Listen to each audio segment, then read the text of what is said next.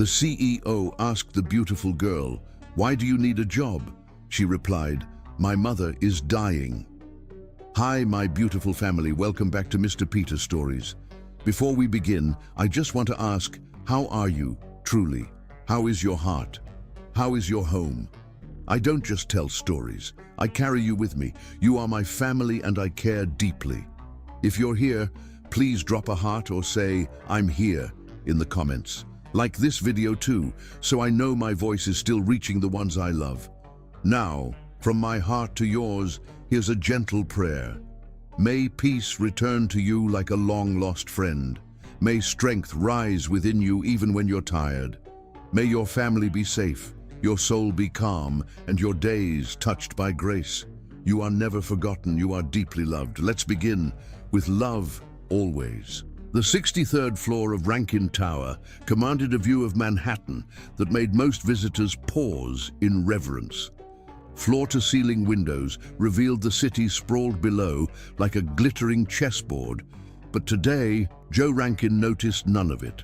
At 41, he'd built an empire that spanned 3 continents, yet lately found himself staring into the middle distance more often than at quarterly reports. "Mr. Rankin, your 3 o'clock cancelled," his assistant's voice floated through the intercom. "And there's a little girl here insisting she has an appointment." Joe frowned, pulling himself from his reverie. "A little girl?" "Yes, sir. Says her name is Lillian. Security tried to escort her out, but she's quite determined." The assistant's tone held equal parts exasperation and amusement. Curiosity piqued. Joe straightened his Italian silk tie. "Send her in." The massive mahogany doors opened, revealing a child so small the handle nearly escaped her reach. No more than 7 years old, with rich brown skin and a cloud of perfectly maintained natural curls framing her face. She wore a crisp white blouse, slightly too big, tucked into a pleated navy skirt. But it was her eyes that arrested Joe. Intelligent, intense, and somehow familiar, fixed on him with unnerving purpose. "Mr. Rankin," she said, her voice clear and practiced. "Thank you for seeing me without an appointment." She approached his desk with measured steps, her small patent leather shoes clicking softly against marble floors. Joe fought a smile. "You're welcome, Miss Lillian Elizabeth." She extended a tiny hand, which Joe enveloped in his own, noticing a distinctive heart-shaped birthmark at the base of her thumb that mirrored his own. A coincidence, surely. With solemn ceremony, Lillian withdrew a carefully folded paper from her purple backpack and placed it precisely centered. On his desk, Joe unfolded what appeared to be a resume, handwritten in careful, childish script. Lillian Elizabeth. Age: 7 and 344. Skills: organizing, cleaning, reading big words, math through division, very quiet when needed. Experience: helping mom with everything, organizing school supplies, library monitor, twice. The innocence of it might have been amusing if not for the desperation evident in every painstaking letter. "This is very impressive," Joe said gently. "But may I ask why you're looking for work, Lillian? Shouldn't you be in school?" She stood straighter, chin tilted up. "Today is teacher planning day. I take the city bus to school myself, so I know how to travel alone." "That's not what I asked." Her composure wavered briefly. "My mother's light is fading, sir." The practiced words trembled slightly. "The doctors say she needs medicine we can't afford. I can clean, organize papers, anything. My mom says I'm very responsible." Something in her phrasing caught him. Her mother's light. Not health, but light. "Your mother is ill?" Lillian nodded, her brave facade cracking just enough to reveal the terrified child beneath. "She tries to hide when she's hurting, but I can tell. Last week she couldn't get out of bed to take me to school." Her small fingers twisted around the strap of her backpack. I heard her talking to the doctor on the phone about treatments that cost more than our apartment. Joe leaned forward, abandoning his CEO persona. "Where is your father, Lillian?" "I don't have one," she answered matter-of-factly. "Mum says he was like a shooting star. Beautiful, but gone too fast to make wishes on." The poetic description stirred something in Joe's memory, but he couldn't place it. "Please," Lillian whispered, her composure finally breaking as tears filled her eyes. "I'll work very hard. I'm stronger than I look." Joe felt something crack inside his chest. A sensation so foreign he almost didn't recognize it as compassion. Children rarely entered his carefully constructed world, yet this one had navigated security, assistance, and his own formidable reputation to stand before him, offering her small services in exchange for her mother's life. "Lillian," he said softly, "I don't hire children, it's against the law." Her shoulders slumped, defeat washing over her face. "But," he continued, "I might be able to help anyway. Where do you live?"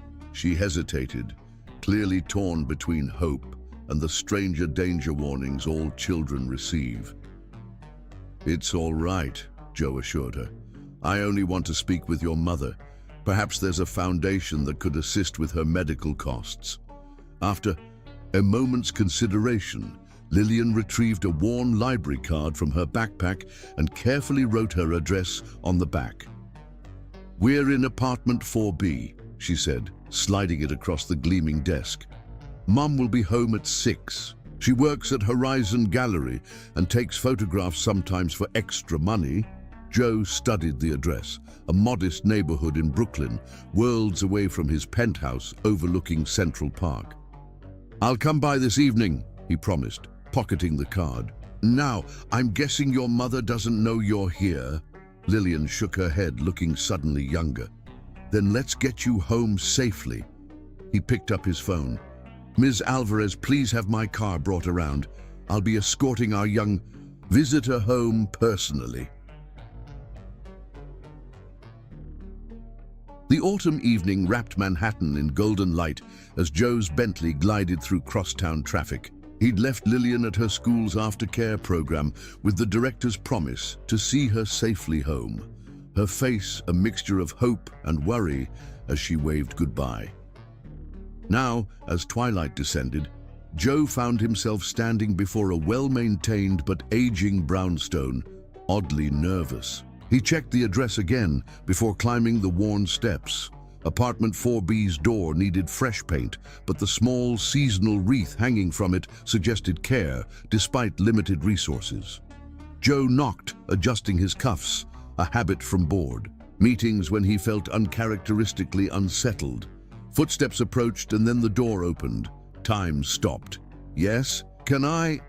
The woman's polite inquiry died as recognition dawned in her eyes. Extraordinary eyes, the color of amber that had haunted his dreams for 7 years. Devon Elizabeth. She looked different. Her once shoulder-length hair now cropped, close to her head. Her formerly curvaceous frame thinner, more angular, but those eyes, the graceful arch of her neck, the way her breath caught slightly when surprised, these things remained unchanged. Memories crashed through him, stolen moments. In a garden, rain-soaked confessions, tangled sheets, and whispered promises. Joe. His name emerged as barely a whisper. Before he could respond, a small voice called from inside. "Mum, who is it?" Devon's expression transformed instantly from shock to fierce protection.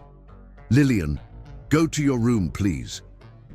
The little girl appeared, behind her mother, eyes widening as she recognized Joe. "Mr. Rankin, you came!" Devon turned to her daughter, confusion etched across her features. "You know him." The pieces fell into place with devastating clarity. The child's age, her familiar eyes, the distinctive birthmark. "She came to my office today," Joe explained, his voice rough with realization. "Looking for work to help pay for your treatment." Devon paled, one hand instinctively reaching for her daughter. Lillian Elizabeth, is this true? The girl nodded, defiance mingling with worry. I only wanted to help, Mom. Devon knelt despite what seemed like considerable effort, grasping her daughter's shoulders gently. Sweetheart, go to your room and start your homework. I need to speak with Mr. Rankin privately. Once Lillian had reluctantly disappeared down the hallway, Devon straightened, visibly steeling herself before facing Joe. We don't need your charity, she said quietly, dignity evident in every line of her body, especially now. But Joe barely heard her. He was doing math in his head, remembering dates, seeing with perfect clarity the unmistakable resemblance between father and daughter. The same determined set of the jaw, the identical birthmark, the eyes that seemed to look straight through. A pretense. She's mine, he said, not a question but a stunned realization. Devon's silence was confirmation enough. 7 years, he continued, emotions churning beneath his carefully controlled expression. 7 years, Devon, a daughter I never knew existed. His voice cracked slightly. Why? For a moment, Devon's composure wavered, revealing the exhaustion and illness she'd been hiding. She leaned against the doorframe, suddenly looking every bit as fragile as Lillian had described. You should go, she whispered, but the former strength that had always captivated him was evident even in her dismissal. From down the hallway came the sound of Lillian humming to herself, a child innocently unaware that her world was about to change irrevocably. Joe felt a surge of emotions he had no name for: rage, wonder, grief, and something terrifyingly like love. I'm not going anywhere, he said quietly, the same tone that had closed billion-dollar deals and crushed competitors. Not this time. Devon met his gaze, her amber eyes filled with 7 years of solitary struggle. There's nothing for you. Here, Joe. He glanced past her to where a child's drawings decorated the refrigerator, where a small purple backpack leaned against a worn but clean sofa, where photographs, professionally composed despite their modest frames, captured a little girl growing up without him. You're wrong, he said simply. Everything is here. Chapter 2. Whispers of the Past.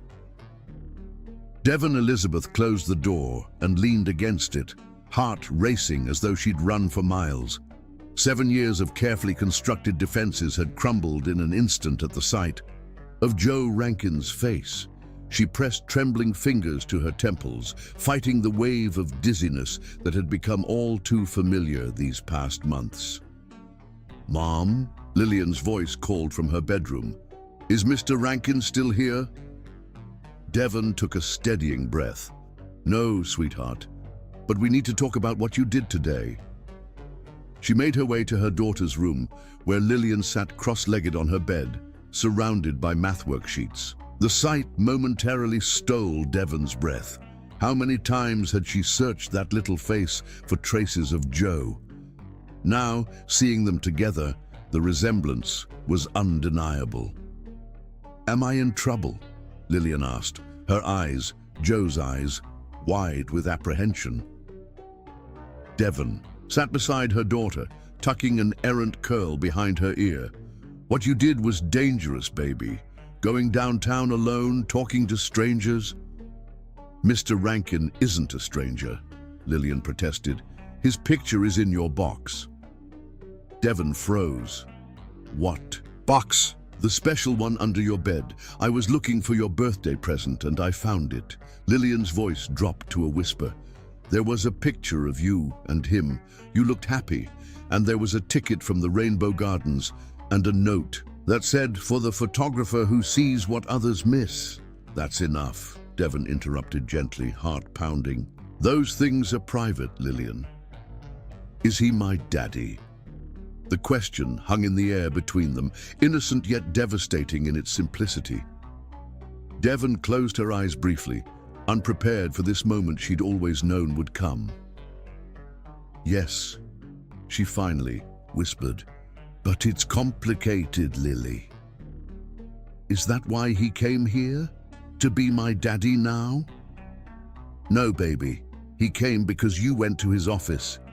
He didn't know about you before today. Lillian's brow furrowed as she processed this. But why didn't he know? Didn't you tell him? The question pierced Devon like a physical pain.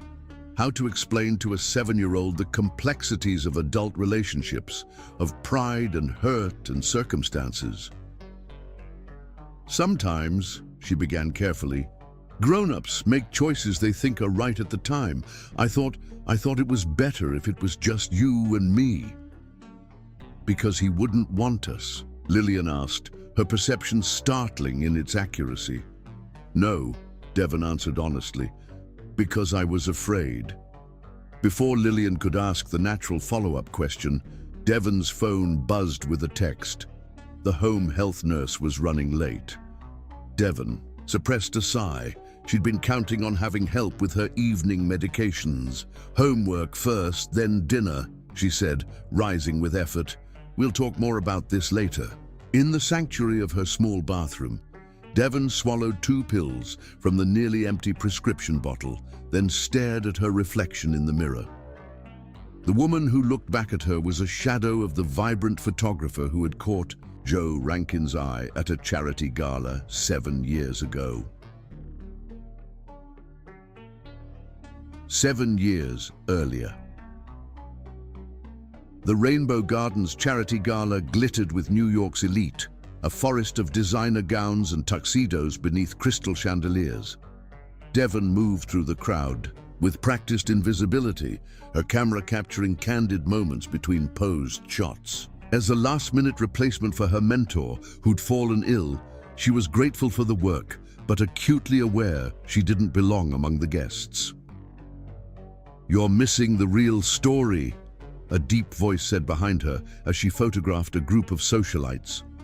Devon turned to find herself looking up at a tall black man whose custom tuxedo couldn't disguise the athletic build beneath. Handsome was too simple a word for him. He possessed a quiet intensity that made the air between them seem charged.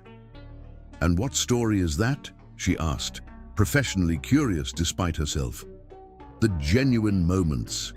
He nodded toward the corner, where an elderly woman was discreetly wiping tears as a young violinist played, the humanity underneath the performance. Devon followed his gaze, immediately seeing the composition, age and youth, emotion and art.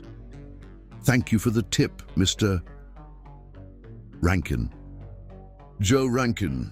He extended his hand, and when she took it, she felt an unexpected spark of connection. "And you are?" "Devon Elizabeth. Just the photographer." His smile transformed his serious face. "There's no just about capturing moments others miss." Throughout the evening, she found him watching her work, not with the entitlement she sometimes encountered from wealthy men, but with genuine interest. Near midnight, as the event wound down, he approached her again. "Would you take one more photograph?" he asked. "Of course. Where's your group?" "No group, just the garden outside. There's a perfect crescent moon rising above the fountain." Intrigued, Devon followed him through French doors, onto a terrace where indeed the scene was breathtaking. As she adjusted her settings to capture the low light, fat raindrops suddenly broke from the clouds that had been threatening all evening. Guests scattered inside, but Devon stayed, transfixed by how the rain caught the garden lights. Joe remained beside her, apparently unconcerned about his expensive suit. "Some things are worth getting wet for," he said, watching her rather than the garden.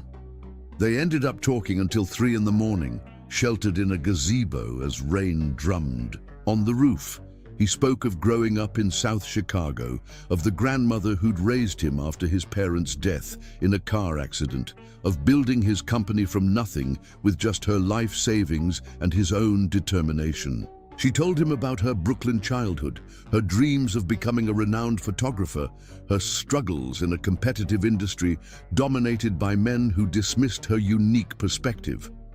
When the rain finally stopped, he offered her his jacket and called his driver to take her home. At her door, what started as a polite thank you became a kiss that changed everything. She invited him in, something she'd never done on a first meeting, and in the soft light of dawn, they discovered each other fully, a connection that felt like recognition rather than introduction. He left with her number programmed into his phone and a promise to call the next day. 3 days later, she saw the newspaper announcement of his engagement to Vanessa Chambers, telecommunications heiress and New York socialite. The accompanying article mentioned it was the culmination of a 2-year courtship. Devon didn't answer when he called. Twice. Then, she changed her number. A month later, the pregnancy test showed positive. Now, standing in her bathroom, 7 years later, Devon touched the tiny moon pendant she still wore beneath her clothes, a gift from Joe that arrived at the gallery the week after they met. She'd nearly thrown it away a dozen times, but could never quite bring herself to sever that last, tenuous connection. A crash from the kitchen jolted her back to reality. She found Lillian trying to reach the prescription bottles in the cabinet. A chair tipped over beside her. "Lillian Elizabeth, what are you doing?" "Your pill alarm went off," Lillian explained, pointing to Devon's phone on the counter. "I was trying to help." Devon's heart twisted at the role reversal, her child taking care of her. This was exactly what she'd been trying to prevent by keeping their struggling little family intact, just the two of them. "I've got it, baby. Why don't you set the table instead?" As they ate a simple dinner of pasta and pre-made salad, Devon noticed Lillian pushing food around her plate rather than eating. "What's on your mind, Lily Bean?" "Is Mr. Rankin rich?" The question was casual, but Devon sensed the weight behind it. "Yes, he is." "Rich enough for your special medicine?"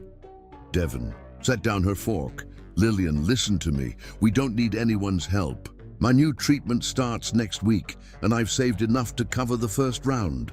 The lie tasted bitter, but she'd been telling versions of it for months to protect her daughter from the truth, that she'd been denied the experimental treatment because she couldn't afford the initial costs. But no buts. "We've always been a team, you and me. That's not changing."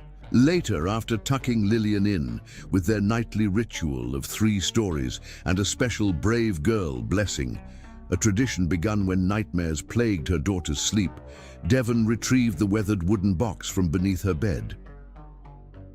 Inside lay the fragments of that singular night, a pressed flower from the garden, the ticket stub from the gala, a handwritten note on Rankin Enterprises stationery for the photographer who sees what others miss, and the photograph, the only one she'd kept.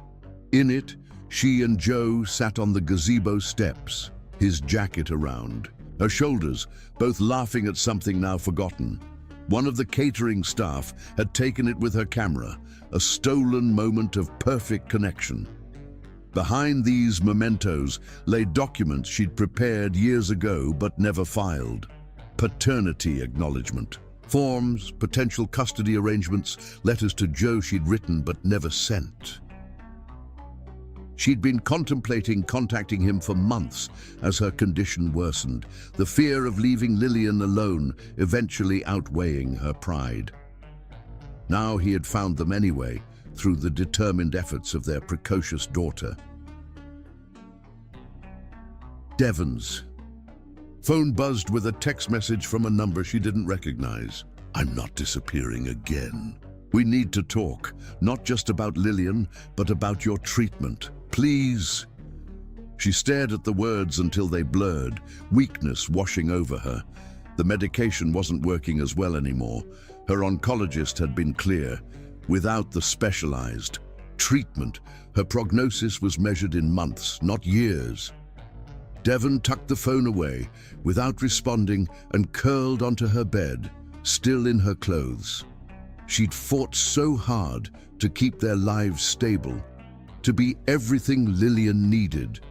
The thought of accepting help from Joe felt like surrender, an admission that she couldn't protect their daughter alone. Yet as sleep claimed her, one thought surfaced with crystal clarity. If she continued refusing help, soon Lillian would have no mother at all. And that was a far greater failure than swallowing her pride. Chapter 3. The First Attempt. 3 days had passed since Joe Rankin's world tilted on its axis. 3 days of unanswered texts, calls that went to voicemail, and an ache in his chest that grew with each passing hour. He stood at the window of his penthouse. Manhattan spread before him like a sea of possibilities, yet all he could think about was a small apartment in Brooklyn where his daughter, slept beneath a ceiling of glow-in-the-dark stars. His phone buzzed with a message from his assistant. Dr. Forrest confirmed for 2 p.m. Joe checked his watch. He'd pulled strings, called in favors, researched late into the night. If Devon wouldn't respond to him directly, he'd try another approach. By 1:30, he was parked across from Horizon Gallery, watching as Devon greeted customers, her professional smile masking the fatigue evident in the careful way she moved. Even clearly ill, she possessed a grace that caught the eye, the same quality that had drawn him to her 7 years ago. At precisely 2 p.m., Dr. Catherine Forrest, one of the nation's top oncologists and head of Memorial Sloan Kettering's innovative treatment program, entered the gallery. Joe watched through the window as the doctor engaged Devon in conversation, ostensibly interested in a striking black and white photograph of the Brooklyn Bridge at dawn. He could pinpoint the exact moment Devon realized what was happening. Her spine straightened, her expression cooled, and she excused herself from a customer to confront the doctor. Even from a distance, Joe could read the tension in her shoulders, the tightly controlled anger. 5 minutes later, Dr. Forrest exited the gallery, crossing the street to where Joe waited. She refused, the doctor said simply. Rather eloquently, I might add. Joe's jaw tightened. Did you explain? I explained everything, the treatment protocol, the success rates, the fact that all expenses would be covered by an anonymous benefactor. The doctor's expression softened with professional compassion. Mr. Rankin, you can't force someone to accept help, no matter how desperately they need it. Thank you for trying, Joe said, his gaze still fixed on the gallery where Devon had disappeared into a back room. Dr. Forrest placed a hand on his arm. If you'll take some advice, medical help isn't the only kind she needs right now. From what little she said, there's a history between you that needs healing before she'll accept anything else. After the doctor left, Joe remained in his car, a luxury vehicle conspicuously out of place in this neighborhood. He'd built an empire by strategizing, by anticipating obstacles and overcoming them through careful planning. But this required something beyond business acumen. His phone buzzed with a calendar reminder, Lillian, school pickup, 3:15. He'd programmed it the night after meeting her, a small gesture toward the years of fatherhood he'd missed. Matthias, Westbrook Elementary. Children streamed from the doors in a riot of colorful backpacks and excited chatter. Joe spotted Lillian immediately, her purple backpack bouncing slightly as she walked beside a teacher. He stepped from the car, and her face lit with recognition. Mr. Rankin. She broke from the teacher's side, running toward him with none of the reserve she'd shown in his office. Your mom asked me to pick you up today, he lied smoothly, offering a reassuring smile to the approaching teacher. I'm Lillian's father. The words felt strange on his tongue, yet undeniably right. The teacher hesitated. You're not on our approved pickup list, sir. Call her mother, Joe suggested. I'm sure it's just an oversight. While the teacher stepped away to make the call, Lillian looked up at him with Joe's own eyes. Are you really going to be picking me up now? Would you like that? Joe asked, suddenly uncertain. Lillian nodded solemnly. Mum gets tired after work. Sometimes we have to sit at the bus stop for a long time before she feels strong enough to walk home. The simple statement hit Joe like a physical blow. While he'd been accumulating wealth and power, this child, his child, had been quietly shouldering adult worries. The teacher returned, her expression apologetic. I couldn't reach Miss Elizabeth, but the school director recognizes you, Mr. Rankin, from your educational foundation work. Given the circumstances, she's approved the pickup this one time, provided we update our records tomorrow. Joe offered his most charming smile. I appreciate your thoroughness in keeping Lillian safe.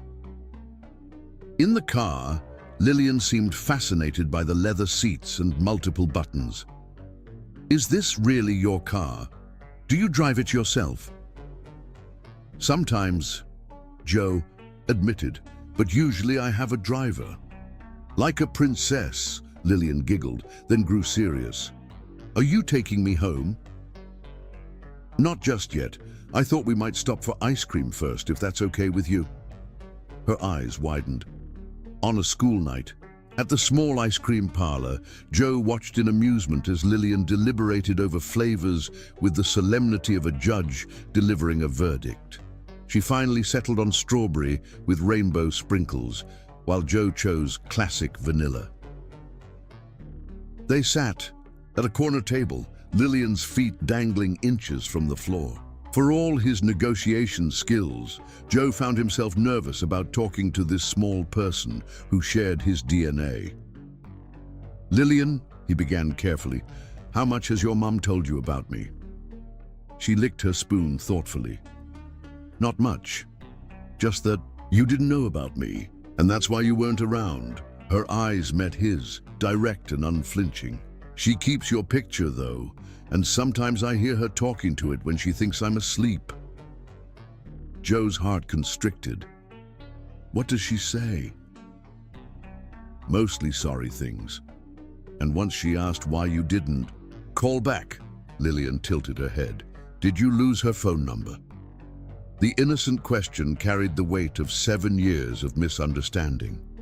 Something like that, Joe replied gently. But I'm here now, and I'd like to help you and your mom. Because of her being sick? That's part of it. But also because... Joe hesitated, searching for words a 7-year-old would understand. Because families should take care of each other. Are we a family? The hope in her voice was palpable. We are, Joe confirmed, surprised by how fiercely he meant it. You, me, and your mom. Lillian beamed, rainbow sprinkles dotting her chin. I knew it. I told Zoe Williams you must be important because you have a tower with your name on it, and important people can fix things. What things do you want fixed, Lillian? Her smile faded. Mom's light. It's getting dimmer, I can tell, because her laugh doesn't reach her eyes anymore, and sometimes she holds onto the wall when she walks. Lillian leaned forward, lowering her voice. I heard the doctor say she needs special medicine that costs more than our apartment for a whole year. Joe made a mental note to be more careful about medical discussions around Lillian, who clearly missed nothing. I want to help with that, but your mom is very independent. You mean stubborn, Lillian corrected, with the frankness of childhood. Grandma used to say Mom was born with her feet planted and her mind made up. Joe couldn't help but smile. That sounds accurate. She's afraid, Lillian added suddenly. Of what, sweetheart? Everything now. Lillian's small face grew solemn. She thinks I don't know, but I do. She's afraid of the medicine not working and of the money running out and of me being alone. Her eyes, so like his own, filled with tears. And I'm afraid too.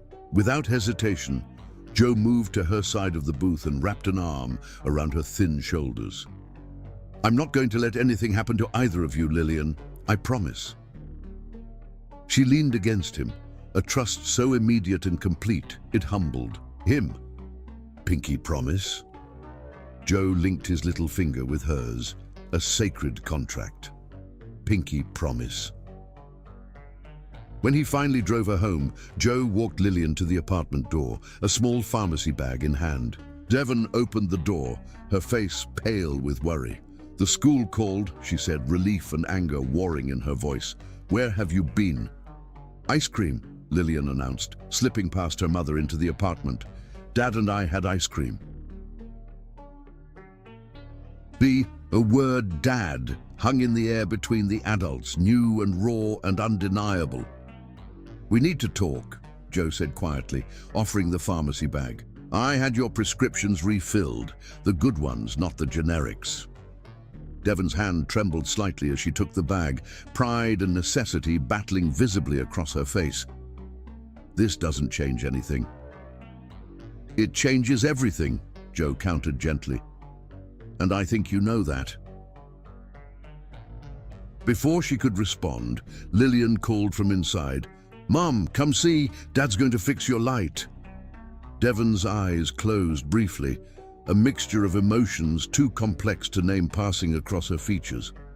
"You can't just walk back into our lives." "And I'm not walking anywhere, Devon," Joe interrupted, his voice low and intent. "Not this time, not ever again." From his car, he watched the apartment windows until the lights went out, thinking of the little girl who now called him Dad, and the woman whose fierce independence both frustrated and moved him. As he was about to drive away, his phone lit with a text message, the first response from Devon. "The medicine wasn't necessary, but thank you." 6 words. A small crack in the wall between them, but enough for now. Joe started the engine, determination settling in his chest like a physical weight. This was only the first attempt. He would not fail his daughter, or her mother, again. Chapter 4. Hospital Truths. The autumn rain beat against the classroom windows as Lillian's teacher, Ms. Winters, explained long division to the second-grade class. At the back of the room, Lillian's desk sat conspicuously empty. For the 3rd time that week, she had missed school. Across town, Devon Elizabeth stood on the auditorium stage of Williamson Elementary, her camera poised to capture the perfect shot of 3rd graders in colonial costumes. As a freelance photographer, she couldn't afford to turn down even small jobs like this one, especially now with medical bills mounting and her strength increasingly unreliable. "That's wonderful, children. Just one more." Devon's vision suddenly tunneled, darkness creeping at the edges. She gripped her camera tighter, willing the spell to pass. "Not here, not now." "Ms. Elizabeth?" The teacher's concerned voice seemed to come from far away. "Are you all right?" Devon forced a smile, professional mask firmly in place. "Just lost my balance for a moment. Let's finish up." She managed 3 more shots before her knees buckled. 10 minutes later, Joe's phone rang as he concluded a meeting with Japanese investors. Seeing Lillian's school on the caller ID, he immediately excused himself. "Mr. Rankin, this is Principal Matthews from Westbrook Elementary. I'm calling about Lillian Elizabeth." Joe's heart stuttered. "Is she all right?" "Lillian is fine, but we haven't been able to reach her mother. Apparently, Ms. Elizabeth collapsed at a job this morning and has been taken to Brooklyn Memorial Hospital. Since you're listed as Lillian's father on her emergency contact form, a recent addition, I understand, we need you to pick her up." Joe was already heading for the elevator. "I'll be there in 20 minutes. When he arrived at the school, he found Lillian sitting quietly in the administration office, her purple backpack clutched to her chest like armor. The moment she saw him, she flew into his arms with a trust that still astonished him. "They said Mom fell down," she whispered, against his shirt, like before. Joe pulled back to look into her face, a smaller, feminine version of his own. "Your mom is getting help at the hospital. We're going to go see her right now." In the car, Lillian grew uncharacteristically quiet, staring out at the rain-slicked streets. "Has this happened before?" Joe asked gently. "Your mom falling down?" Lillian nodded, still looking out the window. "3 times, once at home, once at the grocery store, and once at the park. She said it was because she was tired, but I heard her tell Aunt Tasha it was because of the thing growing inside her." Joe's hands tightened on the steering wheel. Cancer. Devon had cancer, and he'd spent a week dancing around her pride instead of taking decisive action. At Brooklyn Memorial, Joe flashed his most authoritative smile at the information desk. "I'm looking for Devon Elizabeth. She was brought in earlier today." The receptionist tapped at her computer. "Are you family?" "I'm her..." Joe hesitated only a fraction of a second. "I'm her husband, and this is our daughter." The small deception worked. They were directed to the 5th floor, where they found Devon in a curtained alcove rather than a proper room, arguing with a harried-looking doctor. Absolutely unnecessary. "I just need some fluids, and I'll be fine.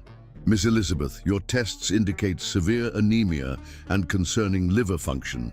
We need to admit you for at least..." The doctor broke off as he noticed Joe and Lillian. "Ah, your family is here." Devon's eyes widened in surprise, then narrowed in understanding as she took in Joe's determined expression. "What are you doing here?" "Mommy," Lillian broke from Joe's side, rushing to the bed. "You fell down again." Devon smoothed her daughter's hair, avoiding Joe's gaze. "I'm fine, baby. Just a little tired. I'm coming home soon." The doctor cleared his throat. "Actually, Miss Elizabeth, as I was explaining, we need to keep you for observation and additional tests." Joe stepped forward. "What sort of tests?" "And you are?" the doctor asked. Before Joe could answer, Devon sighed. "He's Lillian's father." The doctor nodded. "I'd be happy to discuss Ms. Elizabeth's condition with both of you, but perhaps not in front of..." He glanced meaningfully at Lillian. "Lillian," Joe said, "would you mind waiting just outside the curtain for a minute? There's a vending machine down the hall. Here's $5. Why don't you get us all some snacks?" Once Lillian was out of earshot, the doctor's expression grew serious. "Ms. Elizabeth has stage 3 inflammatory breast cancer. It's an aggressive form that requires immediate treatment. She's been prescribed a regimen that should have started weeks ago, but our records show she's missed several appointments." Joe turned to Devon, whose face had gone carefully blank. "Weeks ago?" "I've been getting treatment," she insisted, though the lie was evident in her eyes. The doctor consulted his tablet. "Not the recommended protocol. According to our records, you've only been taking pain management medication and basic steroids, essentially palliative care rather than curative treatment. Because that's what my insurance covers," Devon snapped, color rising in her pale cheeks. "And it's insufficient," the doctor replied bluntly. "Without the full treatment protocol..." "How long?" Joe interrupted, his voice low and steady. The doctor hesitated. "Without proper treatment, given the rate of progression we're seeing, months, not years." The words fell like stones in the sterile hospital air. Joe felt as though the floor had vanished beneath him, yet he remained standing through sheer force of will. "That won't be happening," he said with quiet authority. "Devon will be receiving the full treatment protocol, starting immediately. I'll handle the financial arrangements." "Joe," Devon began. "No." For the first time since their reunion, he cut her off completely. "Not this time, Devon. This isn't about you and me or pride or independence. This is about Lillian, our daughter." The doctor, sensing the tension, excused himself with a promise to return with admission paperwork. Alone with Devon, Jo pulled a chair to her bedside. She looked smaller somehow against the white hospital sheets, her elegant neck too thin, her cheekbones too pronounced. The hospital gown couldn't disguise how much weight she'd lost, something she'd managed to hide with carefully chosen clothing during their limited interactions. "You lied to Lillian," he said quietly. "You told her you were getting treatment." Devon looked away. "I'm doing what I can afford, which is allowing yourself to die slowly instead of fighting. You have no right." "I have every right," Jo countered, leaning forward. "You kept my daughter from me for 7 years, Devon. I lost 7 birthdays, 7 Christmases, 7 years of tucking her in at night. And now you're willing to take away all her future years with her mother because you're too stubborn to accept. Help!" Tears filled Devon's eyes, but her voice remained steady. "You don't understand. I've always taken care of myself, of Lillian. When I found out I was pregnant, I made a choice to do it alone. I can't just change who I am because circumstances got difficult." "You made that choice based on incomplete information," Jo said. "Did you know I broke off my engagement the week after we met, that I tried to find you when you disappeared?" Devon's eyes widened. "What?" "I called twice. When you didn't answer, I sent my assistant to the gallery. They said you'd quit without notice. I had flowers delivered to your apartment. They were returned. I assumed you weren't interested." Jo's voice roughened with old hurt. "By the time I realized you might have seen the engagement announcement in the papers and misunderstood, you'd vanished completely." Devon's hand moved unconsciously to the moon pendant hidden beneath her hospital gown. "Your assistant came to the gallery, but I was out sick with morning sickness.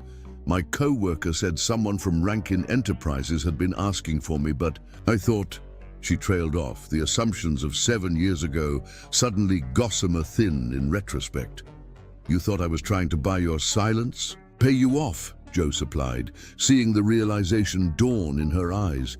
"Devon, I sent that moon necklace because that night in the rain was the first time in years I'd felt real. I wanted..." "Mom! Dad! Look what I got!" Lillian's excited voice broke the moment as she returned, arms laden with snacks. "They had those chocolate bars you like, Mom. The ones you said are too expensive, but Dad gave me $5 whole. Jo and Devon exchanged a glance, mutual understanding passing between them. This conversation would have to continue later. While Lillian arranged the snacks on Devon's tray table, a nurse arrived with admission forms. Jo took them, scanning the pages of financial disclaimers and insurance requirements. "I'll handle these," he said in a tone that brooked no argument. To his surprise, Devon merely nodded, exhaustion evident in every line of her body. "Lillian needs to eat a proper dinner, not just chocolate, and she has homework." "I can stay with Dad," Lillian suggested, looking between her parents hopefully, "while you get better." The casualness with which she'd adopted Dad still caught Jo off guard. Children, he was learning, possessed a remarkable ability to accept new truths. Devon's eyes met Jo's over their daughter's head, uncertainty warring with necessity. "I don't know if..." "I wasn't aware of it," Jo said softly, repeating words he'd said days earlier at her door, but with new meaning now. "You have a daughter means I have a daughter. Let me be her father, Devon. Let me take care of both of you." Something shifted in Devon's expression, not surrender, but perhaps the first tentative step toward trust. "Just until I'm discharged," she conceded. "And you'll need her school things, her favorite stuffed rabbit?" "We'll bring them tomorrow," Jo promised. "Right now you need to rest and let the doctors do their job." As Lillian hugged her mother goodbye, Jo stepped into the hallway to make calls, to his assistant about rescheduling meetings indefinitely, to his housekeeper about preparing a room for Lillian, and finally to Dr. Forrest, the specialist Devon had rebuffed days earlier. I need you to take over a case at Brooklyn Memorial, he explained without preamble. And I need the best treatment plan available, regardless of cost. When he returned to Devon's alcove, he found a nurse helping her into a proper room. Lillian clutched her mother's hand, anxiety written clearly across her young face. Everything's going to be okay now, Lily Bean, Devon assured her daughter. The doctors are going to help me. Promise? Lillian asked in a small voice. Devon's eyes met Joe's over their daughter's head. I promise. As they left the hospital, Lillian's small hand in his, Joe felt a strange mixture of fear and hope. There were no guarantees in medicine, no matter how much money one possessed. But for the first time in a week, he sensed Devon might actually be willing to fight, not just for herself, but for the family they might yet become. Dad? Lillian's voice broke into his thoughts as they reached the car. Is Mom really going to be okay? Joe knelt to meet her eyes, his eyes, in the rain-dappled parking lot. I can't promise it will be easy or quick, but I promise you this. We're going to do everything possible to help her get better, you and me together, okay? Lillian studied his face with the solemn scrutiny only children possess, then nodded, apparently satisfied with what she saw. Okay. That night, as he tucked Lillian into the guest room of his penthouse, Joe felt the weight of her absolute trust. She fell asleep, clutching his hand, her breathing deep and even despite the strange surroundings. His phone vibrated with a text message from Devon. The nurse says Lillian's stuffed rabbit is named Mr. Carrots, not Bunny. Second drawer of her. Dresser. She won't sleep without it. Joe smiled at the screen, typing back, already found him. She's asleep. How are you feeling? The response came quickly. Scared, but trying to believe, for her sake. For all of us. Joe stared at those last three words long after the screen dimmed. For all of us. Perhaps not forgiveness, not yet, but a beginning. Chapter 5. The Second Chance. This is absurd, Devon said, staring at the glossy photographs Joe had spread across her hospital bed. I'm not moving into your penthouse. 3 days had passed since her collapse, days filled with tests, consultations, and the growing realization that her illness was more advanced than she'd allowed herself to believe. The doctors now spoke of aggressive treatment protocols with names that twisted her tongue and side effects that made her stomach clench with dread. Joe gathered the photos, images of his penthouse's newly renovated East Wing. It's practical. 24-hour nursing care, proximity to Memorial Sloan Kettering, where Dr. Forrest practices, and most importantly, stability for Lillian. Lillian has stability, Devon countered, though the argument sounded hollow even to her own ears. How stable was a child whose mother kept collapsing, whose school attendance had become sporadic, who worried about adult concerns no 7-year-old should carry? She misses you, Joe said quietly. Last night she asked if you were going to disappear like a goldfish did. Devon closed her eyes, pain that had nothing to do with cancer lancing through her chest. Mr. Bubbles jumped out of his bowl. We had a funeral in the park. She thinks everything she loves goes away, Joe continued, his voice gentle but relentless. I had to convince her that you're coming back, that you're not choosing to leave her. That's manipulative, Devon whispered, but without heat. It's the truth, Joe countered. She needs both of us right now, Devon, and you need proper care. Devon turned toward the window, where autumn rain traced patterns on the glass. In the 3 days since her admission, Joe had been a constant presence, arranging for specialists, managing her treatment plan, liaising with insurance companies. Each night, he brought Lillian for visits, their daughter's face brightening the sterile hospital room like sunlight breaking through clouds. And each night, Lillian left with Joe, their heads bent together in quiet conversation, sharing a connection that sent equal parts gratitude and jealousy coursing through Devon. "What's your plan?" Joe asked, interrupting her thoughts. "When they discharge you, where will you go? Your apartment has no elevator. You'll be weak from treatment, and Lillian is too small to help if you fall again." "I have options," Devon insisted, though in truth, her planning had extended only as far as getting through each day's treatment. A gentle knock at the door saved her from elaborating on these non-existent options. A woman in a tailored suit entered, her warm smile contrasting with her professional demeanor. "Ms. Elizabeth, I'm Dr. Sarah Chen, child psychologist at Westbrook Elementary." Devon straightened, alarm cutting through her fatigue. "Is something wrong with Lillian?" "Nothing acute," Dr. Chen assured her, taking the seat Joe offered, but her teacher noticed concerning changes in her behavior and academic performance over the past few months. "Given your current situation, the school thought it might be helpful for me to assess how Lillian is coping." "And," Devon prompted, her throat tight. Dr. Chen opened a leather portfolio. "Lillian is experiencing significant anxiety, which is manifesting in several ways. Her recent artwork shows themes of loss and abandonment. She's having trouble concentrating in class, and she's begun hoarding food in her desk, a common response to perceived instability at home."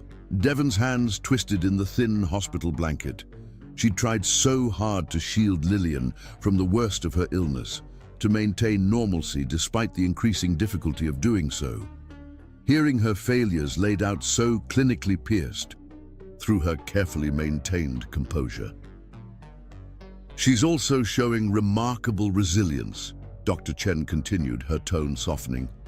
"She speaks very lovingly of both her parents and seems to be adapting well to her father's presence in her life. But she needs consistency right now, a stable environment where she doesn't need to worry about adult concerns."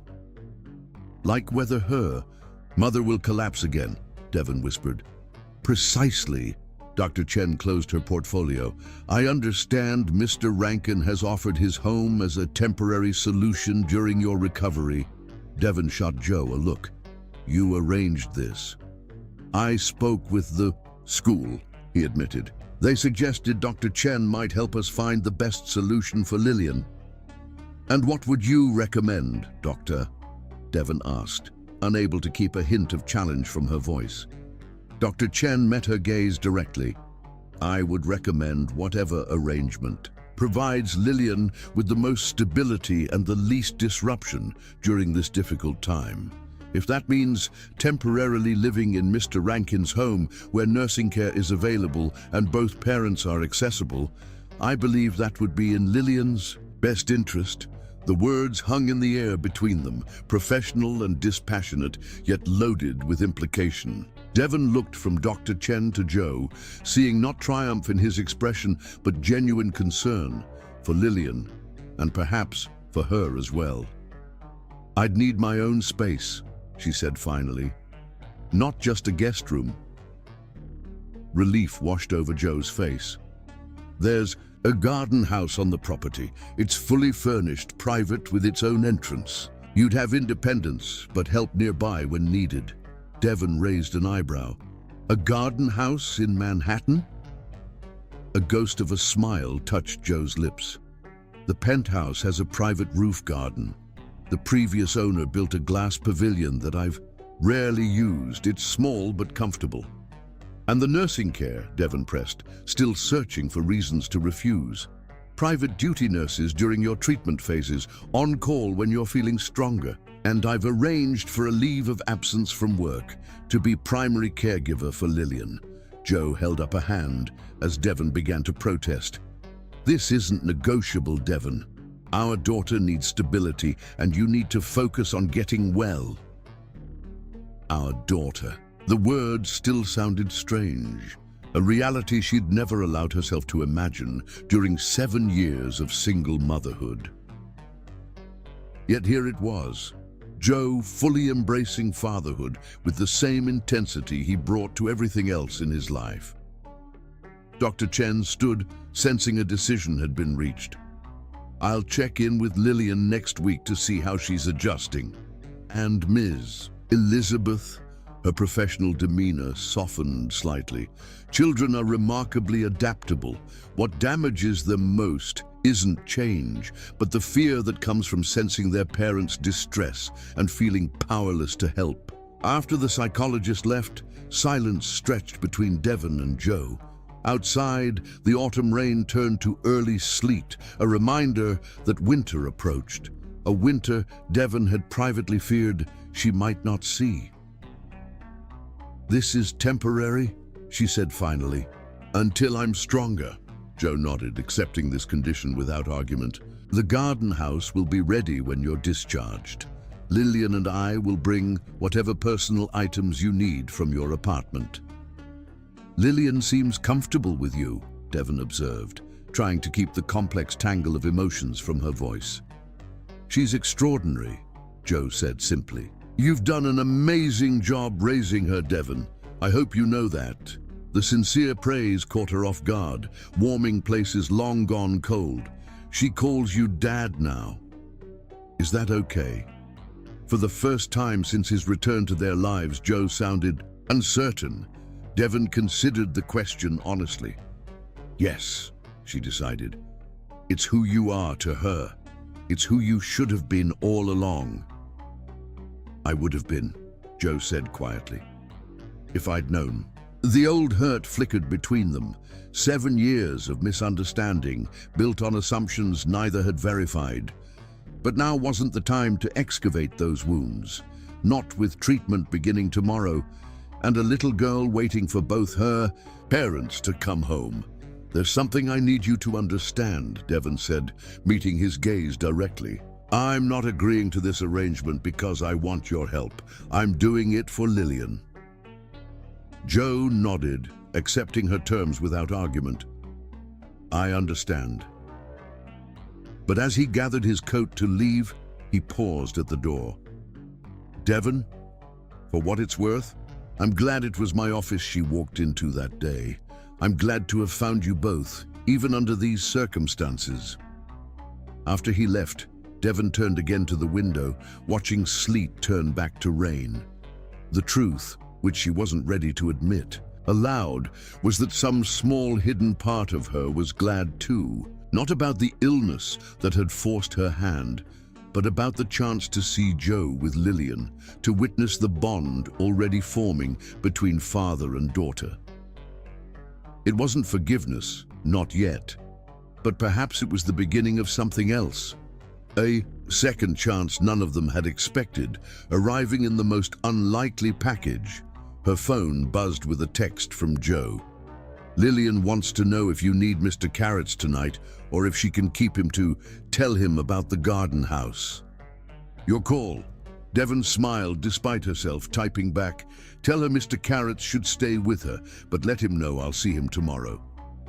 The reply came quickly. "Mr. Carrots says he can't wait. Neither can we." Devon set down the phone, allowing herself, just for a moment, to imagine a future where we included all three of them. It was a dangerous thought, laden with hopes she'd long ago packed away. But as rain turned once more to sleet against the window, she found herself unable to banish it completely. Chapter 6. Small Bridges. The glass walls of the garden house caught the late afternoon sunlight, casting prism patterns across the floor where Devon sat wrapped in a cashmere blanket. 1 week had passed since her discharge from the hospital. A week of careful adjustments to this new reality where luxury cushioned her illness, and Joe Rankin was a daily presence in their lives. She watched through the window as Lillian and Joe knelt by the koi pond, heads bent together in serious conversation. Though she couldn't hear them, Devon recognized her daughter's animated gestures, the same ones she used when explaining something she considered vitally important. The identical tilt of their heads as they studied something in the water struck Devon with a physical pang. Genetic connections impossible to deny, nature asserting itself despite 7 years of separation. Fish have different personalities, Lillian had informed Devon that morning. Dad says the orange one with black spots is grumpy, like his finance guy, Mr. Porter. Dad. The word no longer jarred Devon when Lillian used it. Somehow, in the space of mere weeks, Joe had slipped into fatherhood as though born to the role, helping with homework, enforcing bedtime, even mastering the intricate process of styling Lillian's natural hair. That last achievement had nearly undone Devon when she'd first witnessed it. Joe, sitting on the bathroom floor, laptop open to a tutorial video, patiently creating neat cornrows while Lillian chatted about her day. A gentle knock at the door interrupted her thoughts. Naomi, the day nurse, entered with a tray of medications and a knowing smile. "They've been at that pond for almost an hour," she remarked, arranging pills into neat groupings. "Your daughter is quite the little scientist." "She gets that from her father," Devon replied without thinking, then faltered at the realization. There had been so many moments over the years when Lillian's analytical mind had puzzled her. The methodical way she organized her toys, her fascination with how things worked. Devon had attributed these traits to her own father, but now she recognized them in Joe. 7 years of assigning characteristics, of filling in blanks, suddenly rewritten by the living presence of the man himself. "Time for the afternoon round," Naomi announced, handing Devon the first set of pills. "Dr. Forrest called. Your blood work is showing improvement, but she wants to adjust the dosage on the—" "Mom!" Lillian burst through the door, cheeks flushed with excitement. "Dad says I can name the new fish. We're getting baby ones that will grow up with the big uns." Joe followed at a more measured pace, stopping at the threshold as though awaiting permission to enter what had become Devon's sanctuary.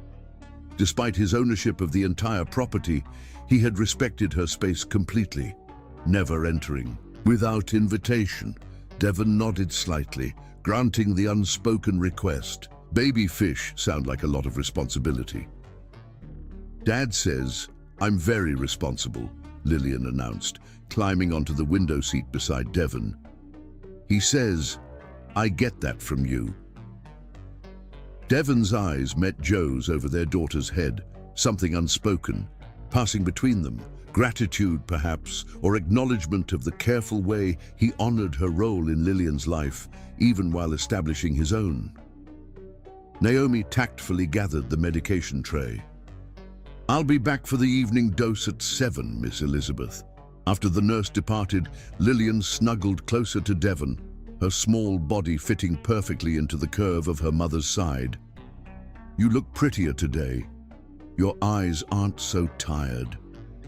"I feel better," Devon admitted, surprising herself with the truth of it. The aggressive treatment protocol was brutal, but the consistent care and relief from financial worry had allowed her body to direct all its resources toward healing. "Good enough for a movie night?" Lillian asked hopefully. "Dad's never seen The Princess and the Frog, and I told him it's your favorite because the princess is an artist like you." Devon hesitated, the familiar instinct to maintain boundaries warring with Lillian's evident desire to include both parents in her evening ritual. Joe sensed her reluctance. "Another time, perhaps. I have some work calls to make tonight." "No, you don't," Lillian objected with the directness of childhood. "You told Mr. Porter no calls until tomorrow because tonight was family time." Family time, such a simple phrase, yet so loaded with implication. Devon saw Joe preparing to backtrack, to respect her unspoken wishes for distance. "Movie night? Sounds nice," she heard herself say. "But here in the garden house, not the main living room." It was a small concession, but from Joe's expression, she knew he understood its significance. Later, as Lillian arranged pillows on the floor with scientific precision, Joe helped Devon from the window seat to a more comfortable position on the sofa. His hand beneath her elbow was steady and warm, offering support without implying weakness, a delicate balance he'd somehow mastered during their week of cohabitation. "Thank you," she murmured, meaning more than just the physical assistance. "How's the pain today?" he asked quietly, genuine concern in his eyes. "Manageable." Devon adjusted the blanket around her legs. "Dr. Forrest says that's a good sign." Joe nodded, relief evident in the slight easing of his shoulders. In these moments, when his carefully maintained composure slipped just enough to reveal the worry beneath, Devon glimpsed what these weeks had cost him as well.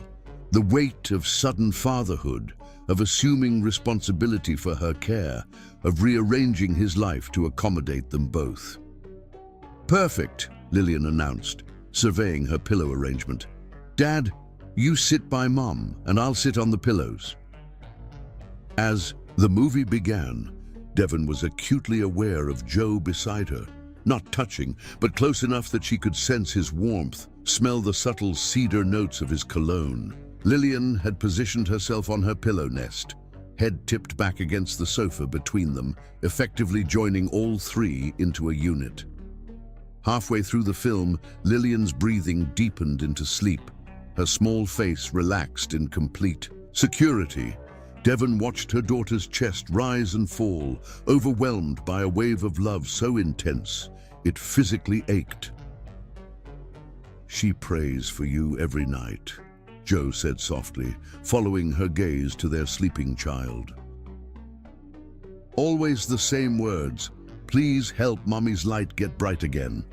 Devon's throat tightened. "She told you about the light?" Joe nodded. "It's how she understands what's happening to you, not cancer. That's too clinical, too adult. But light that's dimming, that she understands. It's how my grandmother used to talk about people," Devon explained, her voice barely above a whisper. "She'd say everyone has a light inside, and you can see it in their eyes when they're truly happy. I didn't realize Lillian had internalized it so completely."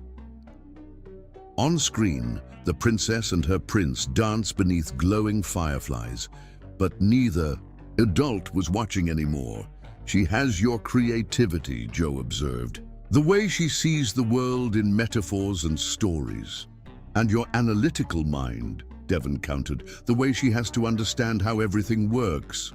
A small smile touched Joe's lips. Nature and nurture, perfectly balanced.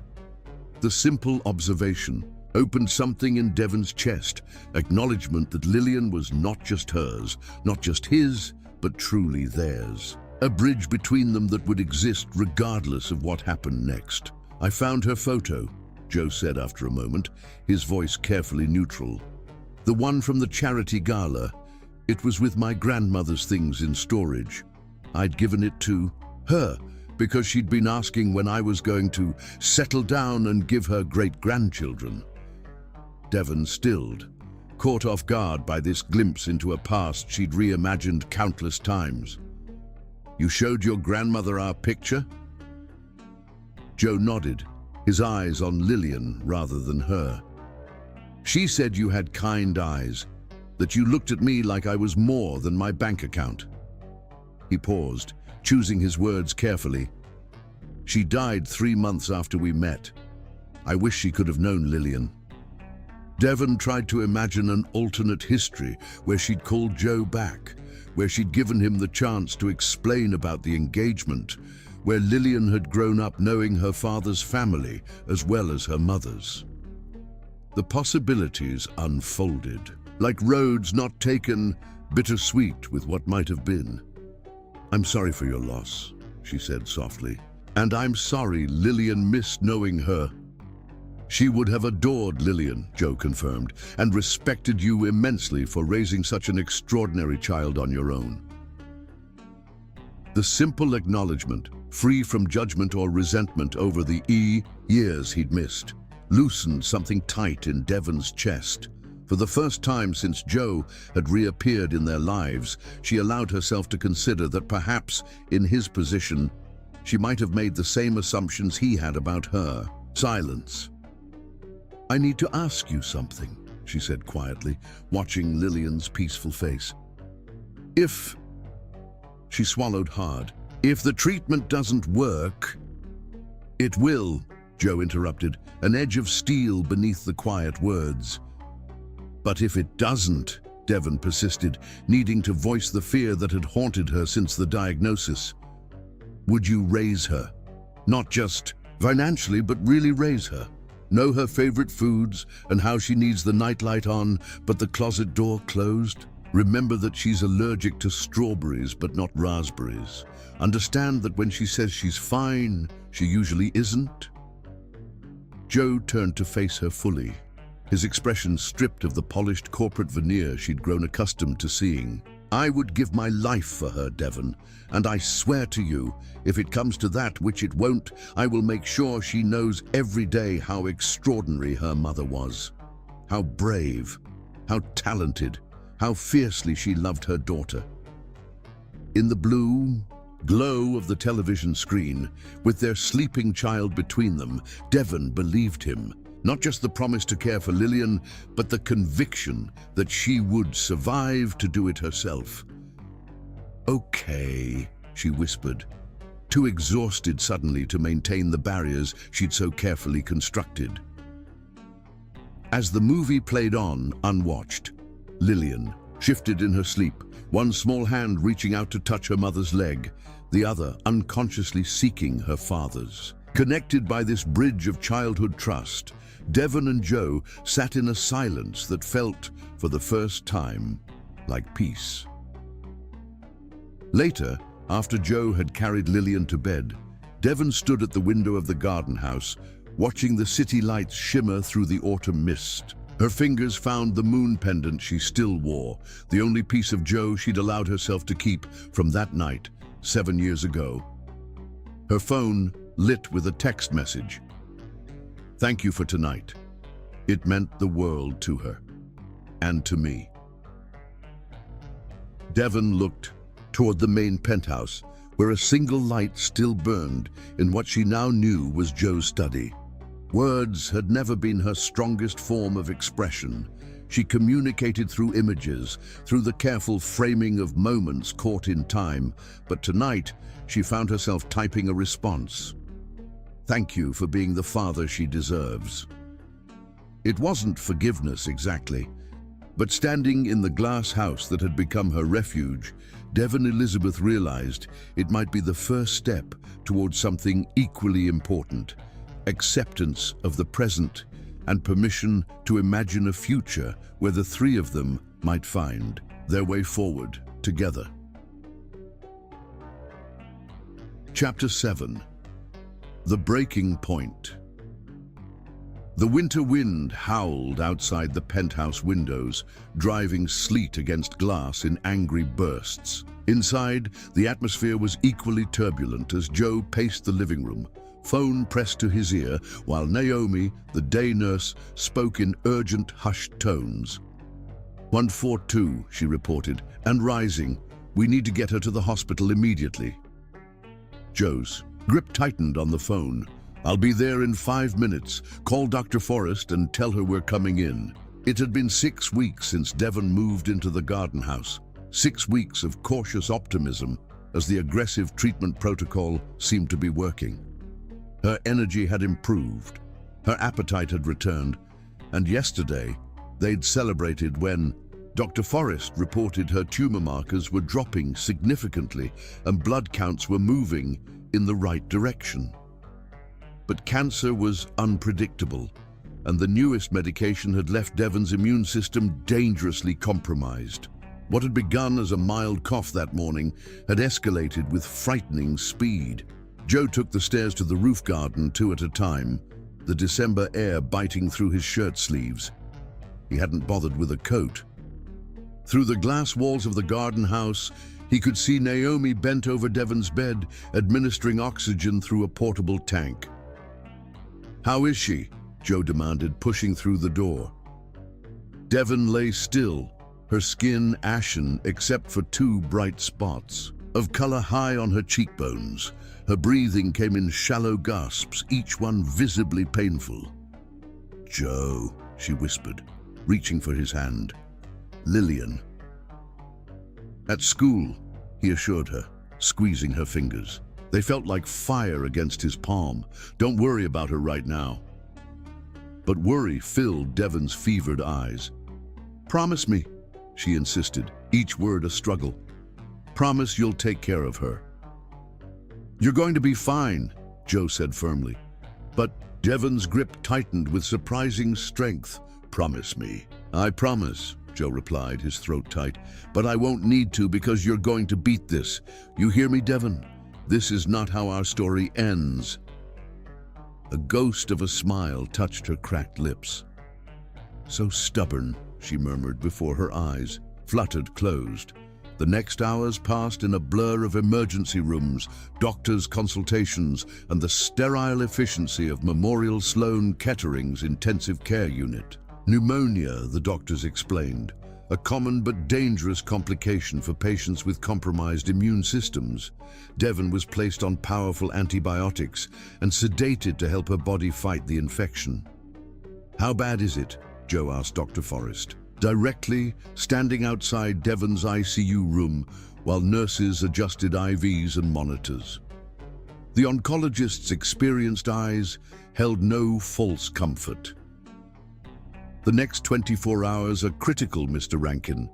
The infection has taken a significant toll on systems, already weakened by both the cancer and its treatment. Joe absorbed this, his expression revealing nothing of the fear clawing at his chest. What do we need? Specialists, equipment, different antibiotics. We're doing everything medically possible, Dr. Forrest assured him. Now it's up to Devon's will to fight. Will to fight. Joe stared through the glass at Devon's still form, remembering her determination to raise Lillian alone, her refusal to accept help until absolutely necessary, her fierce protection of her independence even when her body was failing. If anyone had the will to survive, it was Devon Elizabeth. And yet, watching the mechanical rise and fall of her chest, doubt crept in for the first time since he'd re-entered their lives. What if her body simply couldn't match her spirit's determination? The thought sent ice through his veins. The prospect of telling Lillian her mother was gone, of raising their daughter alone, haunted by the knowledge that he'd had mere months with the woman he was increasingly certain he still loved. Mr. Rankin, a hospital administrator, approached, clipboard in hand. There are some consent forms that need your signature, as you're not legally Ms. Elizabeth's next of kin. Her daughter is 7 years old, Joe interrupted, and I'm her father. Yes, but without documentation of your relationship to Ms. Elizabeth herself, we need to discuss who has decision-making authority should her condition worsen. The implications hit Joe like a physical blow. If Devon's condition deteriorated further, he had no legal right to make medical decisions on her behalf. He wasn't her husband. He wasn't even officially documented as Lillian's father, despite the DNA test he'd privately commissioned weeks ago. I understand, he said, his mind racing. What do you need from me? What followed was a flurry of legal consultations conducted via phone from the hospital waiting room. Joe's attorney arrived with paperwork establishing emergency guardianship of Lillian, based on the DNA confirmation of paternity and Devon's incapacity. A family court judge was contacted, emergency orders were issued, and by nightfall, Joe Rankin was legally recognized as Lillian's father and temporary guardian. It wasn't enough to give him authority over Devon's medical care. That would require documentation that didn't exist, but it ensured Lillian would remain in his custody no matter what happened. Mrs. Abernathy, Lillian's favorite teacher, had agreed to stay with her at the penthouse until Joe could return home. He called to check in, heartbreaking at the anxiety in his daughter's voice. Is Mommy coming home tonight? Lillian asked, her voice small and frightened. Joe closed his eyes, searching for words that would comfort without false promises. Not tonight, Lily Bean. The doctors are helping her fight off an infection. She needs to stay where they can give her special medicine. But she's going to be okay, right? The need for reassurance was palpable, even across the phone line. Your mom is the strongest person I know, Joe said truthfully, and she loves you more than anything in the world. That's powerful medicine all by itself. After promising to call again before Lillian's bedtime, Joe returned to the ICU waiting room, settling in for what promised to be a long night. Around midnight, Dr. Forrest found him there, the lines in her face deepened by fatigue. Her fever's still climbing, she reported. We're trying a different antibiotic combination, but I need to be honest with you, Mr. Rankin. If this doesn't work, it will, Joe interrupted, the same steel in his voice that had built his company from nothing. Dr. Forrest studied him for a moment, then nodded, recognizing the need for hope even in the face of difficult odds. Try to get some rest. We'll contact you immediately if there's any change. But Joe didn't rest.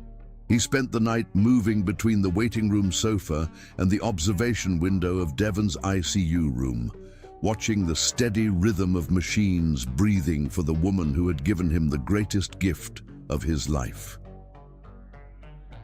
Near dawn, a nurse emerged from Devon's room, her expression carefully neutral. She's asking for you, Mr. Rankin. She's conscious but very weak. Joe was on his feet immediately. Is that a good sign? The nurse hesitated. It's common for patients to experience periods of lucidity. The doctor will be in shortly. Periods of lucidity. The clinical phrase couldn't disguise its implication, a temporary window of consciousness before. What? Joe refused to complete the thought. Devon's eyes were open when he entered, though they struggled to focus on his face. The oxygen mask had been temporarily adjusted to allow her to speak. Lillian, she whispered, the word barely audible. Safe, Joe assured her, taking her hand. It felt lighter somehow, as though the substance of her was already fading. She's with Mrs. Abernathy. She sends her love. Devon's lips curved in the ghost of a smile. You have custody? Of course she would have thought of that. The practical mother, planning even now. Yes, everything's legal. DNA confirmed. She'll always be taken care of, Devon. I swear it. A tear slipped down Devon's temple, disappearing into her hair. I was so wrong, she murmured. About what? Joe leaned closer to hear her fading voice. Not telling you, keeping her from you. Devon's fingers twitched in his, a weak attempt to squeeze his hand. You're the father she deserves. Joe's throat constricted painfully. We can talk about this when you're stronger, he began, but Devon shook her head slightly. No, need to say it now. Her breathing grew more labored, each word a struggle. Thank you for finding us, for loving her, for not giving up. I'm not giving up now either, Joe said fiercely. And neither are you, Devon Elizabeth. You hear me? You don't get to say goodbye yet. Lillian needs you. He stopped, the truth rising unbidden from some deep, unguarded place. I need you. Devon's eyes widened slightly, as though the admission surprised her as much as it did him. Then the monitors began to wail as her oxygen levels plummeted, and medical staff rushed in, ushering Joe firmly outside. The next hours were the longest of Joe's life. Devon was rushed into emergency surgery to drain fluid from her lungs, while Joe alternated between pacing the waiting room and making brief, reassuring calls to Lillian. By afternoon, exhaustion had driven him to the small, private chapel on the hospital's ground floor, where he found himself doing something he hadn't done since his grandmother's death: praying. Not formal prayers from his childhood church, but raw, unfiltered pleas that came from the deepest part of him. Prayers for Devon's survival, for Lillian not to lose her mother, and more selfishly, for the chance to build something with this unexpected family that had been thrust into his life. It was there that Dr. Forrest found him, her surgical cap still in her hands, Joe stood, bracing himself for the worst. "She's stabilized," the doctor said simply. "We're cautiously optimistic." The relief that washed over Joe was so profound, his knees nearly buckled. "She's going to make it?" "She's not out of danger," Dr. Forrest cautioned, "but the fever is responding to the new antibiotics, and her body is fighting. The next few days will tell us more, but yes, I believe she has a good chance now." When Joe was finally allowed to see Devon again, she was sleeping naturally, the ventilator replaced with a nasal cannula. The harsh lines of pain had eased from her face, giving her the appearance of peaceful slumber rather than unconsciousness. Joe sank into the chair beside her bed, finally allowing himself to acknowledge the truth that had been growing inside him since the moment Lillian walked into his office with her carefully written resume. He loved them, both of them, not out of obligation or responsibility, but with a depth that both terrified and exhilarated him. Devon stirred slightly, her eyelids fluttering. "Joe?" she whispered, her voice hoarse but stronger than before. "I'm here," he assured her, taking her hand. "I'm not going anywhere." A small smile touched her lips as she drifted back to sleep. Her fingers curled trustingly in his. And in that moment, Joe Rankin, who had negotiated billion-dollar deals without breaking a sweat, found himself undone by the simple touch of a hand and the miracle of a second chance. Chapter 8. The Treatment Journey. The Swiss clinic resembled a luxury resort more than a medical facility, nestled among snow-capped alpine peaks, with panoramic views that seemed designed to remind patients of life's grandeur beyond illness. 3 weeks had passed since Devon's near-fatal bout with pneumonia, 3 weeks of careful recovery, renewed treatment protocols, and the quiet recalibration of expectations between her and Joe. Now, as she sat on the private balcony of her suite watching Lillian and Joe build a snowman in the garden below, Devon allowed herself to acknowledge how completely her life had transformed in mere months. From fierce independence to reluctant dependence to this new state that felt remarkably like partnership. "Your numbers continue to improve, Ms. Elizabeth," Dr. Muller observed, joining her on the balcony with a tablet displaying Devon's latest test results. The Swiss oncologist had a gentle manner that belied his international reputation as a pioneer in experimental cancer treatments. "The new protocol is working precisely as we'd hoped." Devon smiled, pulling her cashmere wrap tighter. Against the mountain chill, another luxury she was still adjusting to, the casual comfort that Joe's wealth provided, from private medical flights to the finest doctors to soft fabrics against her sensitized skin. "When can we begin reducing the steroids?" she asked, her main concern now that the treatment was showing results. The medications that had saved her life had also changed her appearance, rounding her face and adding weight to her once slender frame. Dr. Muller studied her with compassionate understanding. "You're worried about how you look." Devon glanced down at the garden, where Lillian was directing Joe in the precise placement of pine cones on the snowman's face. "It's vain, I know." "It's human," the doctor corrected kindly. "And yes, we can begin tapering next week if these trends continue. The hair will take longer to return, but—" "I've grown rather fond of this style," Devon interrupted, running a hand over her close-cropped head. The cancer had taken her hair, but she'd reclaimed the loss by embracing it, discovering that the severe style accentuated her eyes and cheekbones in a way that felt surprisingly powerful. Below, Lillian's laughter floated up as Joe lifted her to place a knit cap on the snowman's head. The sound was fuller, more carefree than Devon had heard in months, perhaps longer. The weight of worry that had shadowed her daughter's childhood was visibly lifting, replaced by the simple joy of playing in snow with her father. Her father. The words no longer caught in Devon's mind, Jo had stepped into the role with a natural ease that sometimes left her breathless, as though fatherhood had been waiting dormant within him all along, merely needing Lillian's presence to awaken it. "Your family is beautiful," Dr. Mueller observed, following her gaze to the scene below. "Family, not your daughter and her father, but your family, a collective entity that included all three of them." Devon didn't correct him.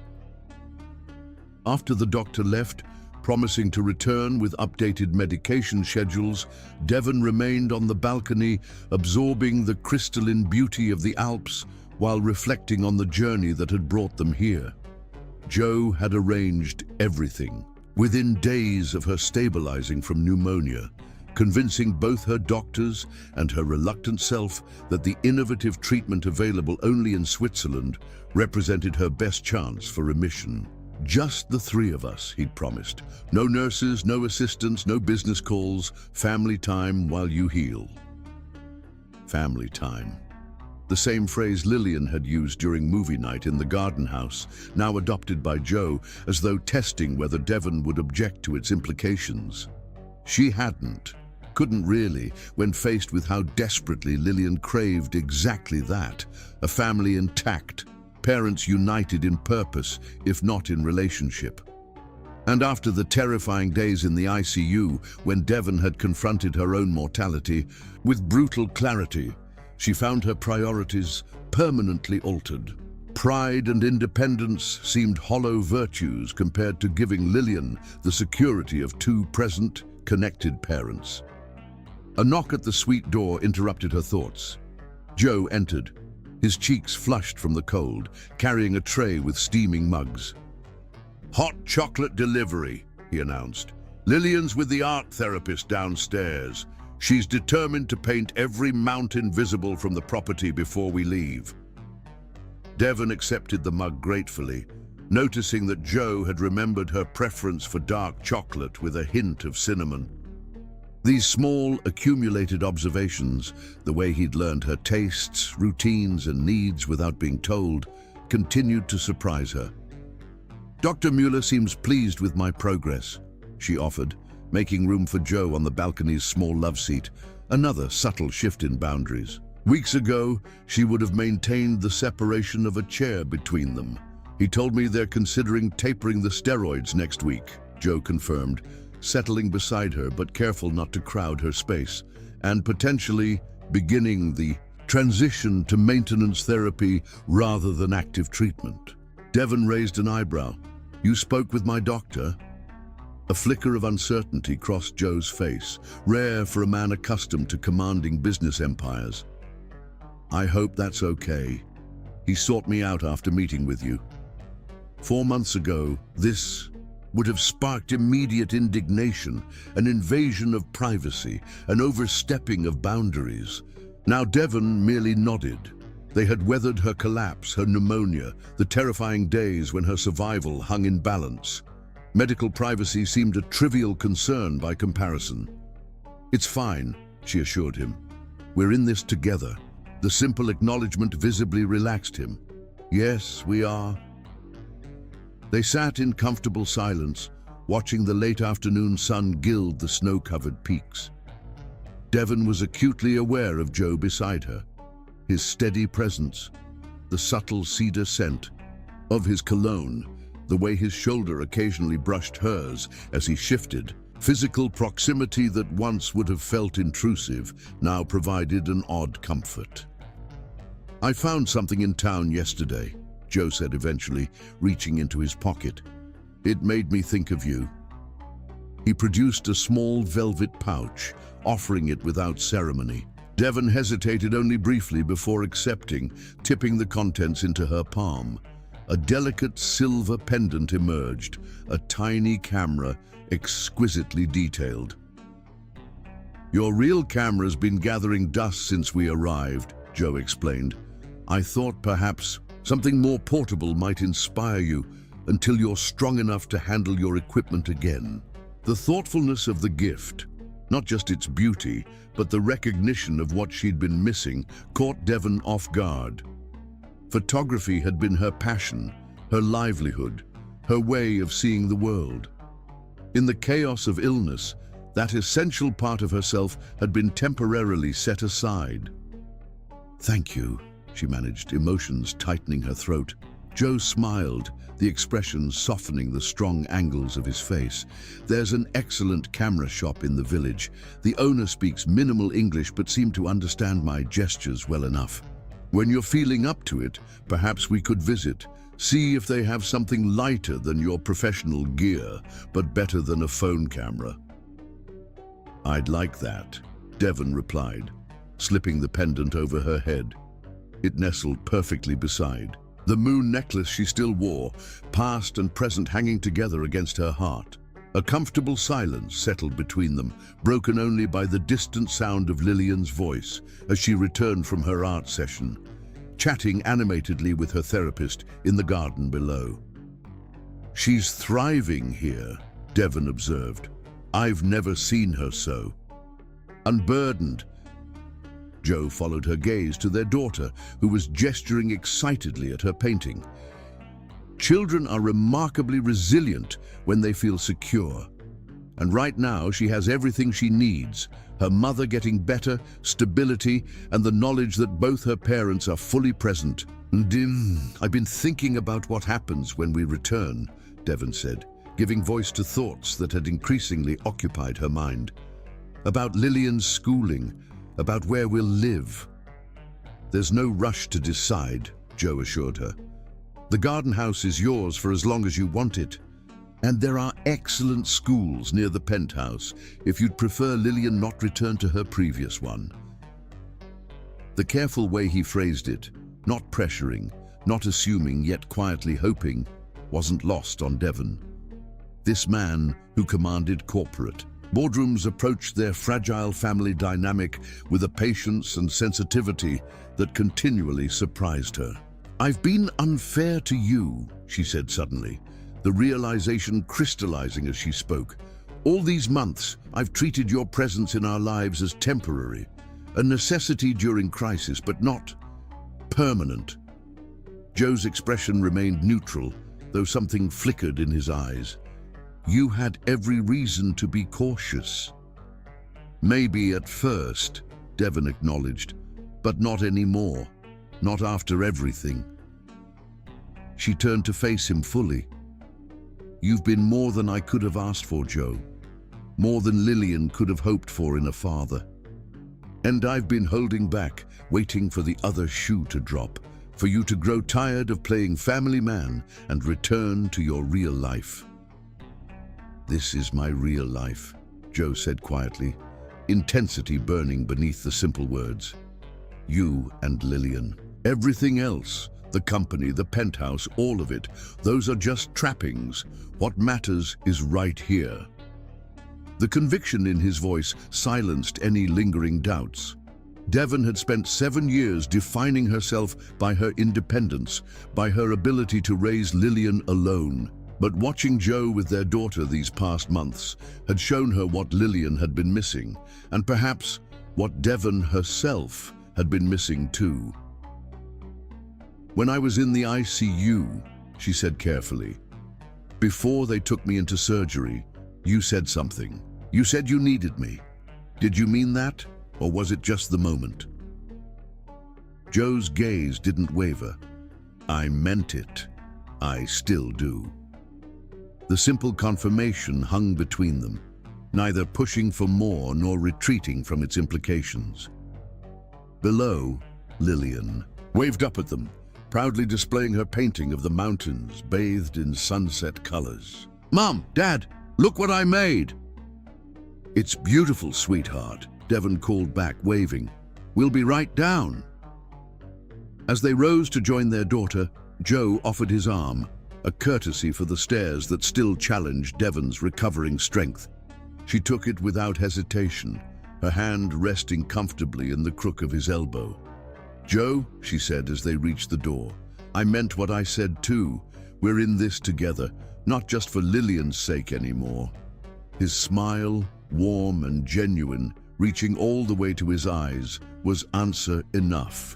As they descended to the garden where Lillian waited, Devon felt something unfurling within her chest, a sensation almost forgotten during long months of illness and fear. Hope. Not just for recovery, but for something she'd never allowed herself to imagine, a future where the fragile bonds forming between the three of them might strengthen into something lasting, something family-shaped. It wasn't a declaration of love, neither of them was ready for that leap, but as Lillian ran to meet them, painting held high like a trophy, Devon recognized it for what it was, a beginning. Chapter 9. Coming Home. Spring had transformed Manhattan by the time their private jet touched down at Teterboro Airport. Cherry blossoms dotted the parks in delicate pink clouds, and the harsh edges of the city seemed softened in the gentle April sunlight. It had been 4 months since they'd departed for Switzerland. 4 months of treatment, recovery, and the quiet rebuilding of trust between Devon and Joe. As their car crossed the George Washington Bridge, Lillian pressed her face to the window, pointing excitedly at familiar landmarks. "Look, Mom, the buildings are the same but different." Devon smiled, understanding exactly what her daughter meant. The skyline remained unchanged, yet everything felt altered, viewed through new eyes from a different perspective, rather like her life. In the front passenger seat, Joe spoke quietly with his driver about their arrival arrangements. Devon studied his profile, still struck by how familiar he had become. The strong line of his jaw, the way his brow furrowed slightly when concentrating, the small scar near his right ear from a childhood fall. Details she'd memorized without conscious intent during their months together. Dr. Müller had declared her officially in remission 2 weeks ago. Not cured, he'd cautioned, but winning the battle decisively. She would require maintenance therapy and regular monitoring, but the aggressive cancer that had nearly claimed her life was in retreat. Now came the question that had hovered unspoken between her and Joe as their departure date approached. What next? The garden house waited, Joe had assured her. So did her apartment in Brooklyn, which he'd continued paying for during their absence. "No pressure," he'd said the night before they left Switzerland. "You and Lillian make whatever choice feels right." His careful neutrality couldn't quite mask the hope in his eyes, hope that they would choose to stay, that the family unit forged in crisis might continue in recovery. Devon found herself equally hopeful, yet frightened by the implications of that hope. It was one thing to accept help when desperately ill, to allow boundaries to blur when survival hung in the balance. It was quite another to choose interdependence when independence was again viable. "We're home," Lillian announced as the car pulled up to Rankin Tower. "Dad, can we show Mum the surprise now?" Joe glanced back at Devon, amusement dancing in his eyes. "I think we should wait until we're upstairs, don't you?" Lillian bounced impatiently in her seat. "But it took forever, and Mum's going to love it." "Love what?" Devon asked, intrigued by their obvious conspiracy. "You'll see," Joe promised, offering his hand as the driver opened her door. Devon took it without hesitation, another small intimacy that had become natural during their time away. Touch between them remained largely platonic, supportive rather than romantic, but the careful distance she'd once maintained had gradually eroded, replaced by a comfortable physical ease. In the private elevator to the penthouse, Lillian could barely contain her excitement. "Close your eyes when we get to the roof garden, Mom. It's a surprise." Devon raised an eyebrow at Joe, who merely smiled, neither confirming nor denying his involvement in whatever scheme their daughter had concocted. When the elevator doors opened directly into the penthouse living room, Devon was struck by subtle changes to the space she'd left months earlier. Fresh flowers brightened every surface. Family photos had been added to once austere shelves, and Lillian's artwork now adorned walls previously reserved for museum-quality pieces. Not a bachelor's showcase anymore, but a home. "This way." Lillian tugged Devon's hand, leading her toward the spiral staircase that accessed the roof garden. "Remember, close your eyes." Devon complied, allowing herself to be guided up the stairs, Joe's steadying hand at the small of her back. The scent of fresh air and growing things intensified as they reached the top, along with something else, a chemical smell she couldn't quite place. "Okay," Lillian announced. "Open them." Devon opened her eyes and gasped. The garden house where she'd spent her early recovery had been transformed. While the glass structure remained, its interior was now unrecognizable. The comfortable but generic living space had been replaced by a fully equipped photography studio, complete with professional lighting, backdrop systems, and a separate darkroom visible through an interior door. "Do you like it?" Lillian asked anxiously. "Dad let me help design it. I picked the colors." Devon moved forward in stunned silence, taking in details that spoke of careful planning and intimate knowledge of her needs. The ergonomic chair adjusted to accommodate lingering fatigue, the specialized tables positioned at precisely the right height, the storage system for lenses and equipment that mirrored the one she'd had in her former studio. On the main workbench sat her camera, the professional-grade Canon she'd thought left behind in Brooklyn, alongside several new lenses still in their boxes. A wall displayed enlarged prints of her best work, including several she recognized from her Brooklyn Art Council submission years ago that never received the recognition she'd hoped for. "How did you—" she began, turning to Joe. "We may have borrowed your keys to retrieve some things from your apartment," he admitted, and Lillian remembered which equipment you mentioned missing most. "I made a list," Lillian declared proudly. "Dad said we had to get everything exactly right, because artists need their special tools." Devon moved further into the studio, running her fingers over familiar equipment and new additions. The investment represented was substantial, but what moved her more was the thought behind each element, the awareness of her creative needs, the understanding that recovery meant more than physical healing. "The dark room is fully ventilated," Joe explained, following her gaze to the adjoining space, "and we installed special air purifiers to ensure the chemicals won't affect your recovery." Devon turned to him, emotion tightening her throat. "You did all this while managing Lillian's schooling and running your company from Switzerland?" Joe shrugged, uncharacteristically self-conscious. "I had help, and it gave us a project during your longer treatment days. We wanted you to have a reason to stay," Lillian said quietly, voicing the intention her father had carefully avoided stating directly. "So you could work here instead of going back to the other place." The simple honesty of a child, laying bare the hopes that adults wrapped in cautious neutrality. Devon knelt to her daughter's level, cupping her face gently. "It's beautiful. Lily Bean, the most thoughtful gift I've ever received." Relief washed over Lillian's features. "So you like it? You'll stay?" Devon glanced up at Joe, who watched them with carefully controlled hope in his eyes. "I think," she said slowly, "that we should discuss it as a family."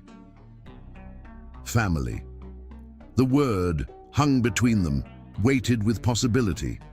Later, after Lillian had been tucked into bed in the room that was now undeniably hers, walls repainted her favorite shade of purple, ceiling adorned with the glow-in-the-dark stars from their Brooklyn apartment, Devon found Joe on the main terrace, nursing a glass of whiskey as he gazed out over the city.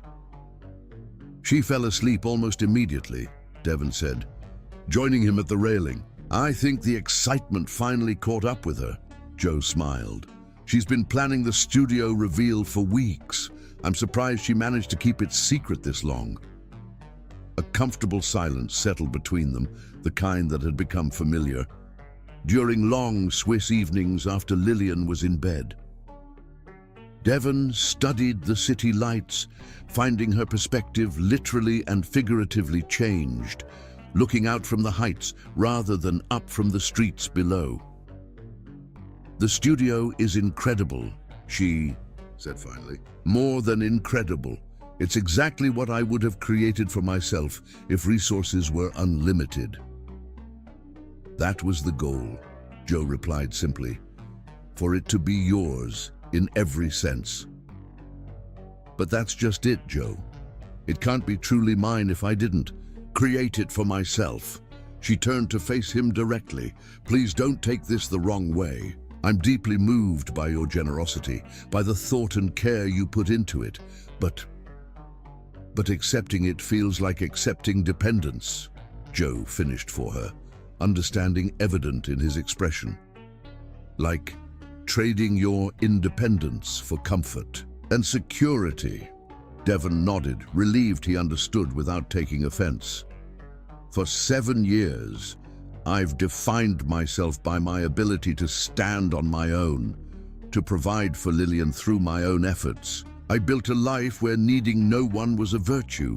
And now?" Joe asked quietly. "Now I understand there's another kind of strength in allowing yourself to need others, in accepting help, in building something together rather than alone." Devon took a deep breath. "I want to stay, Joe.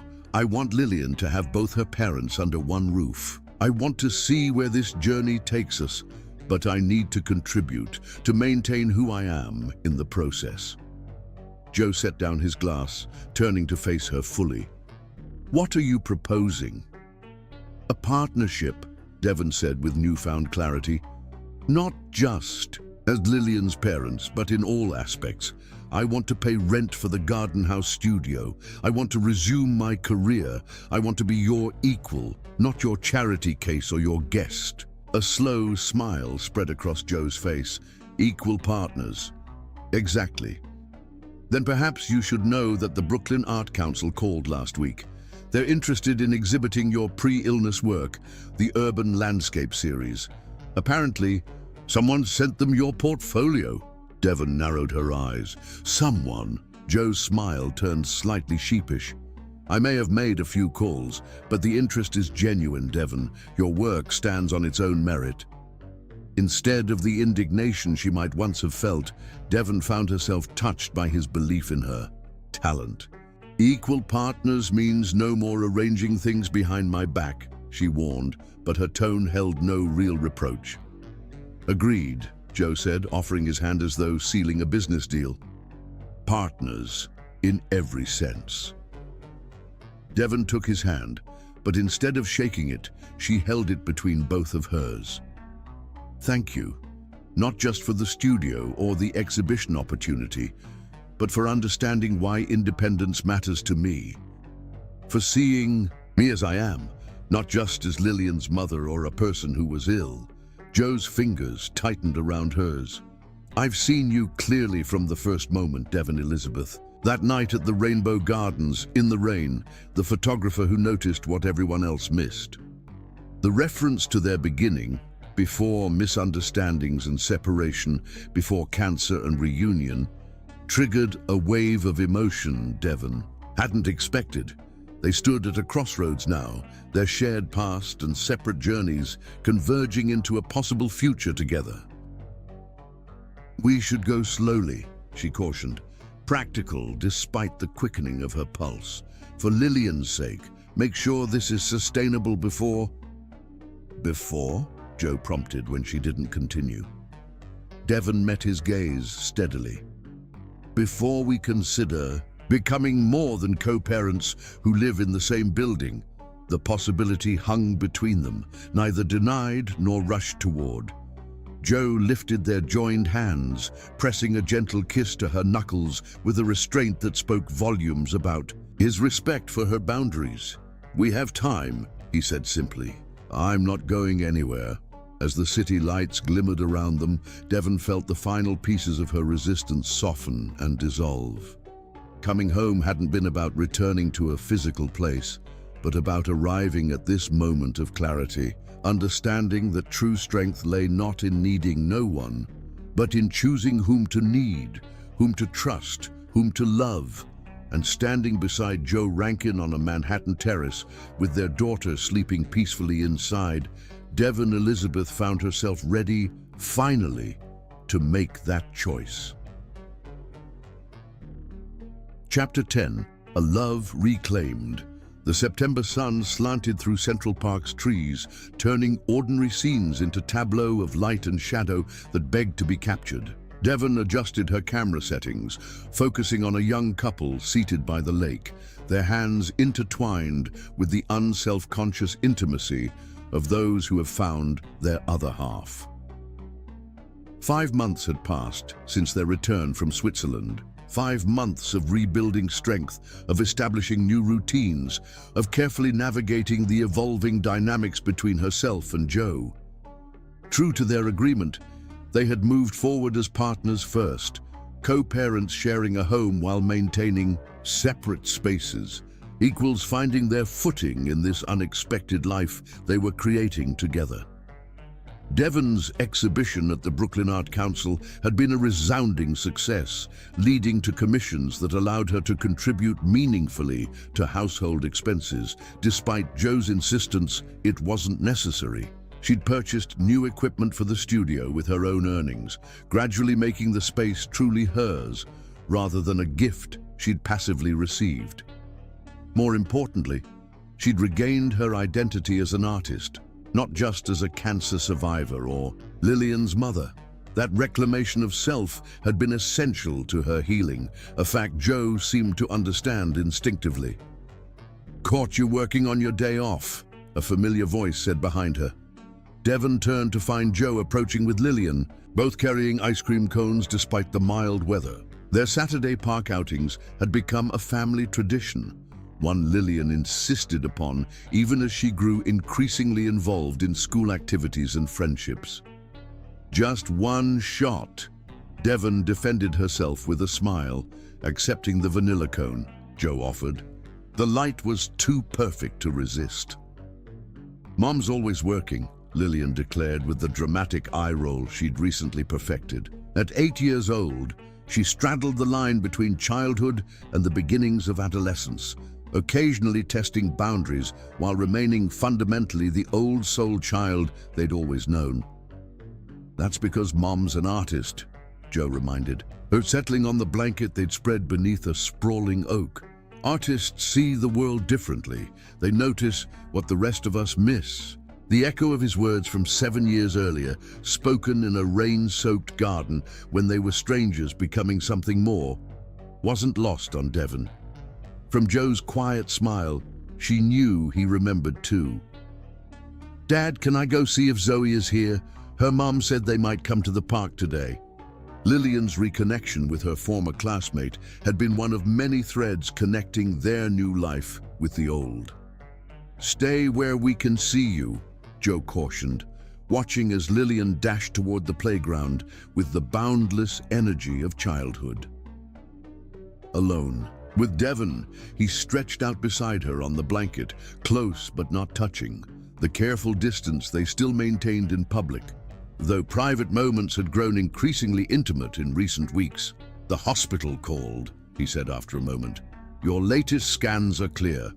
Dr. Forrest says you're officially in complete remission." Devon set down her camera, the news washing through her like sunlight. "You're sure? No trace of—" "None," Joe confirmed, his eyes reflecting her own relief and joy.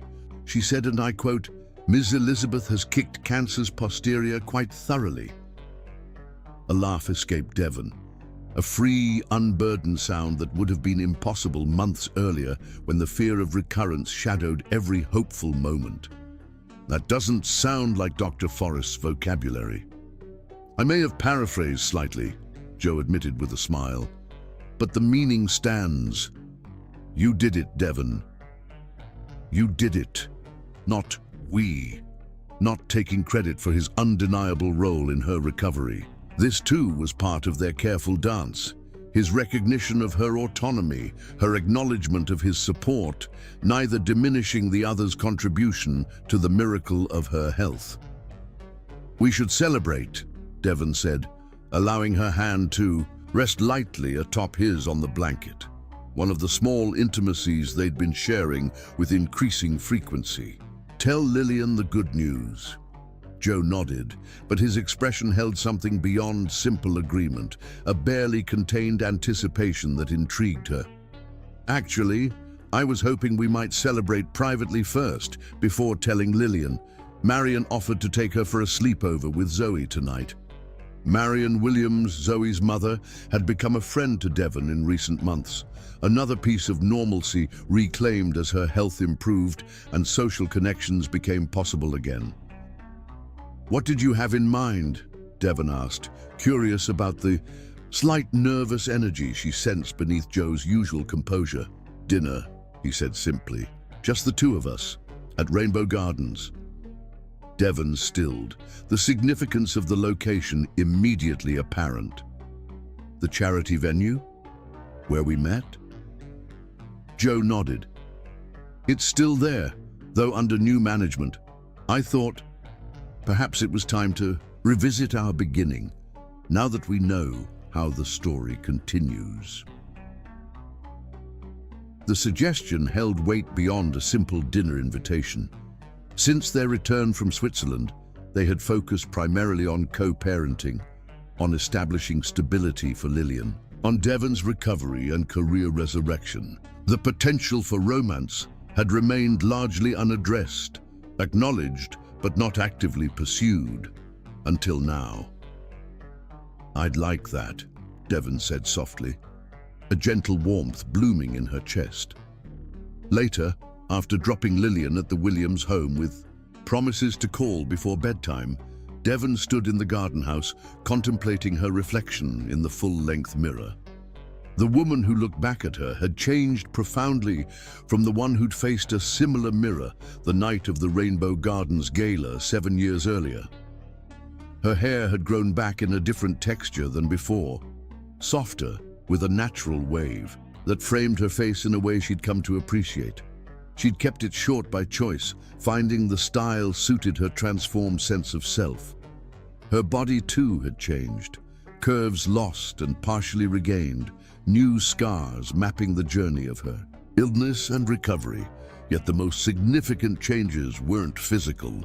The eyes that gazed back at her held a depth and clarity born of suffering and survival, of facing mortality and choosing life, of understanding that strength wasn't measured by independence, but by the courage to be vulnerable.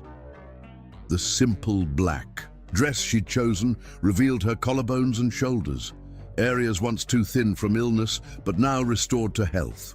Around her neck hung both pendants, the moon from their first meeting, the camera from their Swiss sojourn, physical reminders of a journey that had come full circle. A knock at the door interrupted her contemplation. Joe stood outside, impeccable, in a charcoal suit that highlighted the silver at his temples, a relatively new development he attributed to the natural consequences of sudden fatherhood. His breath caught visibly when she opened the door, his gaze traveling from her face to her dress and back again with undisguised appreciation. "You're beautiful," he said simply, offering a small bouquet of wildflowers rather than conventional roses. Devon recognized them immediately, the same varieties that had grown in the Rainbow Gardens the night they met. "You remembered." "I remember everything about that night," Joe admitted, his voice low and intent. "The way the rain caught the garden lights, the sound of your laugh when I told you about my grandmother's superstitions, the exact moment I realized I'd met someone extraordinary." The sincerity in his eyes made denial impossible. Devon accepted the flowers with a smile, arranging them in a small vase before locking the garden house behind her. As they crossed the rooftop garden toward the private elevator, Joe offered his arm, a gesture that had become familiar during her recovery, but now carried new significance. Rainbow Gardens had indeed changed management, but the essence of the venue remained. Elegant, without pretension, intimate despite its size. As they were shown to a table near the famed gardens, Devon noted they were largely alone, with only a few other couples seated in distant corners. "Did you rent out the entire restaurant?" she asked, suspicion dawning as she noted the privacy of their location. Joe's smile was slightly sheepish. "Not the entire restaurant, just this section. I needed to do this right." Before Devon could question what this entailed, French doors were opened, revealing the garden terrace. Beyond, fairy lights illuminated the space just as they had 7 years earlier, but the sky above remained clear, no sign of the rain that had driven them to shelter in the gazebo on that fateful night. "Would you like to see the gardens?" Joe asked, offering his hand. Devon took it without hesitation, allowing him to lead her onto the terrace. The gazebo stood at its center, draped with soft lights that cast a gentle glow across the wooden structure. Inside, a small table had been set with champagne and strawberries, an echo of what they'd shared during their long conversation as rain drummed overhead years ago. "You've thought of everything," Devon observed, touched by the attention to detail, the careful recreation of their beginning. "Not quite everything," Joe admitted. "I can't make it rain on command, though I did consider having the sprinkler system adjusted for authenticity." Devon laughed, the sound carrying across the quiet garden. "That might have been excessive." "Perhaps," Joe agreed, guiding her to sit on the gazebo steps, the exact spot where they'd talked until dawn, where a catering staff member had captured the photograph Devon had kept all these years. For a moment, they sat in companionable silence, the weight of their shared history and potential future hanging between them like the delicate lights overhead. "I have something for you," Joe said finally, reaching into his jacket pocket. "Or rather, something to return to you." He withdrew a folded paper, carefully preserved despite its age. Devon recognized it immediately, the resume Lillian had presented in his office, the catalyst that had brought them back into each other's lives. "You kept it," she whispered, accepting the paper with reverent hands. "It changed my life," Joe said simply. "Before Lillian walked into my office that day, I had everything society claims matters: wealth, power, success, and yet I had nothing that truly did." Devon unfolded the childish resume, her throat tightening at the sight of Lillian's careful handwriting. "She was so determined to save me." "She succeeded," Joe observed quietly, "though perhaps not in the way she intended. She saved me too, Devon, from a half-life I didn't even recognize as incomplete until I saw you again." The raw honesty in his voice drew Devon's gaze from the paper to his face. The polished corporate mask he showed the world had fallen away completely, revealing the man beneath, vulnerable, sincere, and looking at her with undisguised love. "These past months," he continued, taking her hands in his, "watching you reclaim your health, your career, your independence, I've fallen in love with you all over again, not with memories or what might have been, but with who you are now, the fighter, the artist, the mother, the partner." Devon felt tears gathering, but they were different from the tears of fear or grief that had marked so much of their reunion. These were tears of recognition, of seeing and being seen completely and without reservation. "I never stopped loving you," she admitted, the truth she'd kept guarded finally finding voice. "Even when I thought I hated you for the announcement, for the life I imagined you were living without us. Some part of me remained connected to that night, to the man in the rain who saw me clearly when no one else did." Joe's hands tightened around hers. "I haven't been perfect in this second chance. I've overstepped, assumed, arranged things when I should have asked. Old habits of control that I'm still unlearning. And I've been stubborn, prideful, too quick To interpret help as pity, Devon countered with a small smile. We're both works in progress. Progress I'd like to continue, together. With deliberate movements, Joe shifted from the gazebo step to one knee before her, still holding her hands. Devon Elizabeth, I'm not asking you to need me. I'm asking for the privilege of walking beside you. As your partner, your equal, your love. Will you marry me? From his pocket, he produced not a conventional diamond, but a ring of twisted silver threads, holding a perfect miniature lens. An artist's engagement ring, uniquely suited to the photographer he was asking to share his life. The setting caught, the garden lights refracting them into miniature rainbows across Devon's palm. Devon studied the ring, then the man offering it. This complex, caring individual who had transformed from stranger to co-parent to essential presence in her life. The journey had been neither direct nor easy, marked by misunderstandings and illness, by pride and fear, by the gradual building of trust that could only come through shared struggle and mutual respect. Yes, she said simply. Not because Lillian needs us to be a traditional family, or because I need security, but because loving you feels like coming home. As Joe slipped the ring onto her finger, the first drops of rain began to fall, soft at first, then steadier, a gentle percussion on the gazebo roof that mirrored the rhythm of their beginning. They both looked up, matching expressions of wonder and amusement on their faces. Did you arrange this too? Devon asked, laughing as the shower intensified. Joe shook his head, equally amazed by the timing.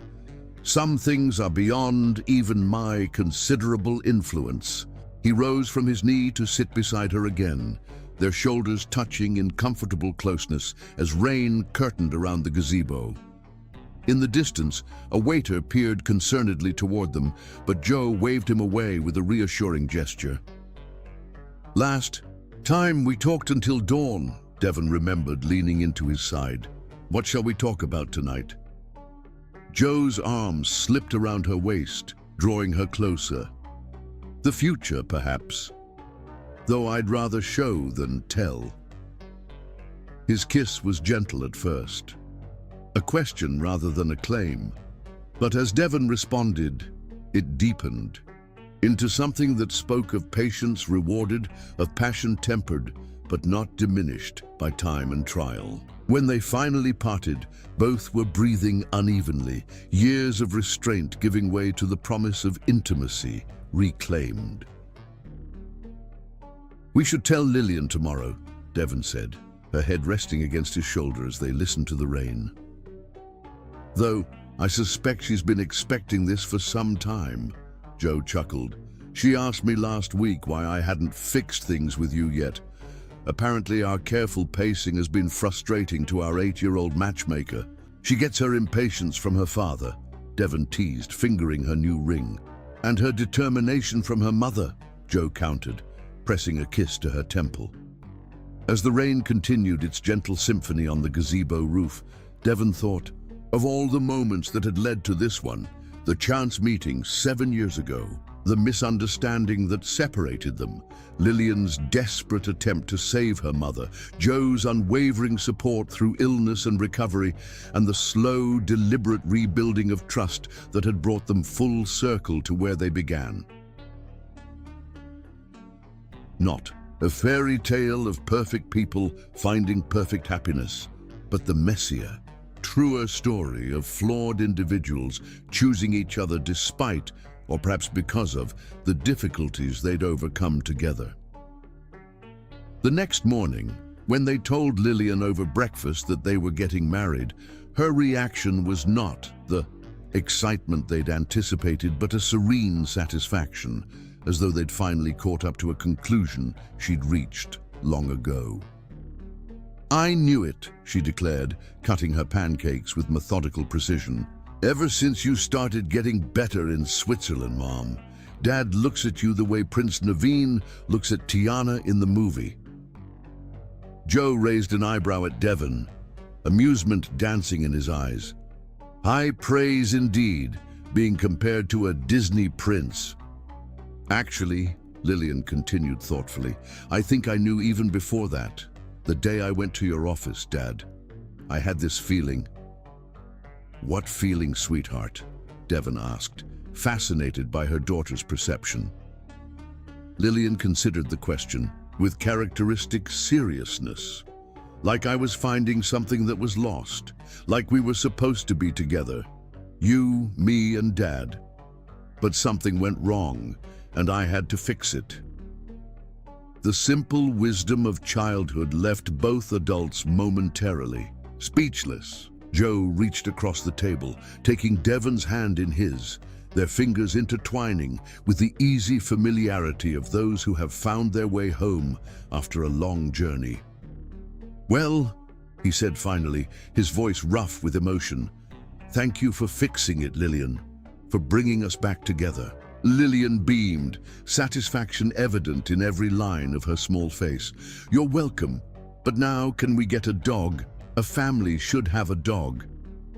Devon laughed, the sound free and unburdened, the laugh of a woman who had faced death and chosen life, who had built walls and learned to lower them, who had reclaimed not just health but hope.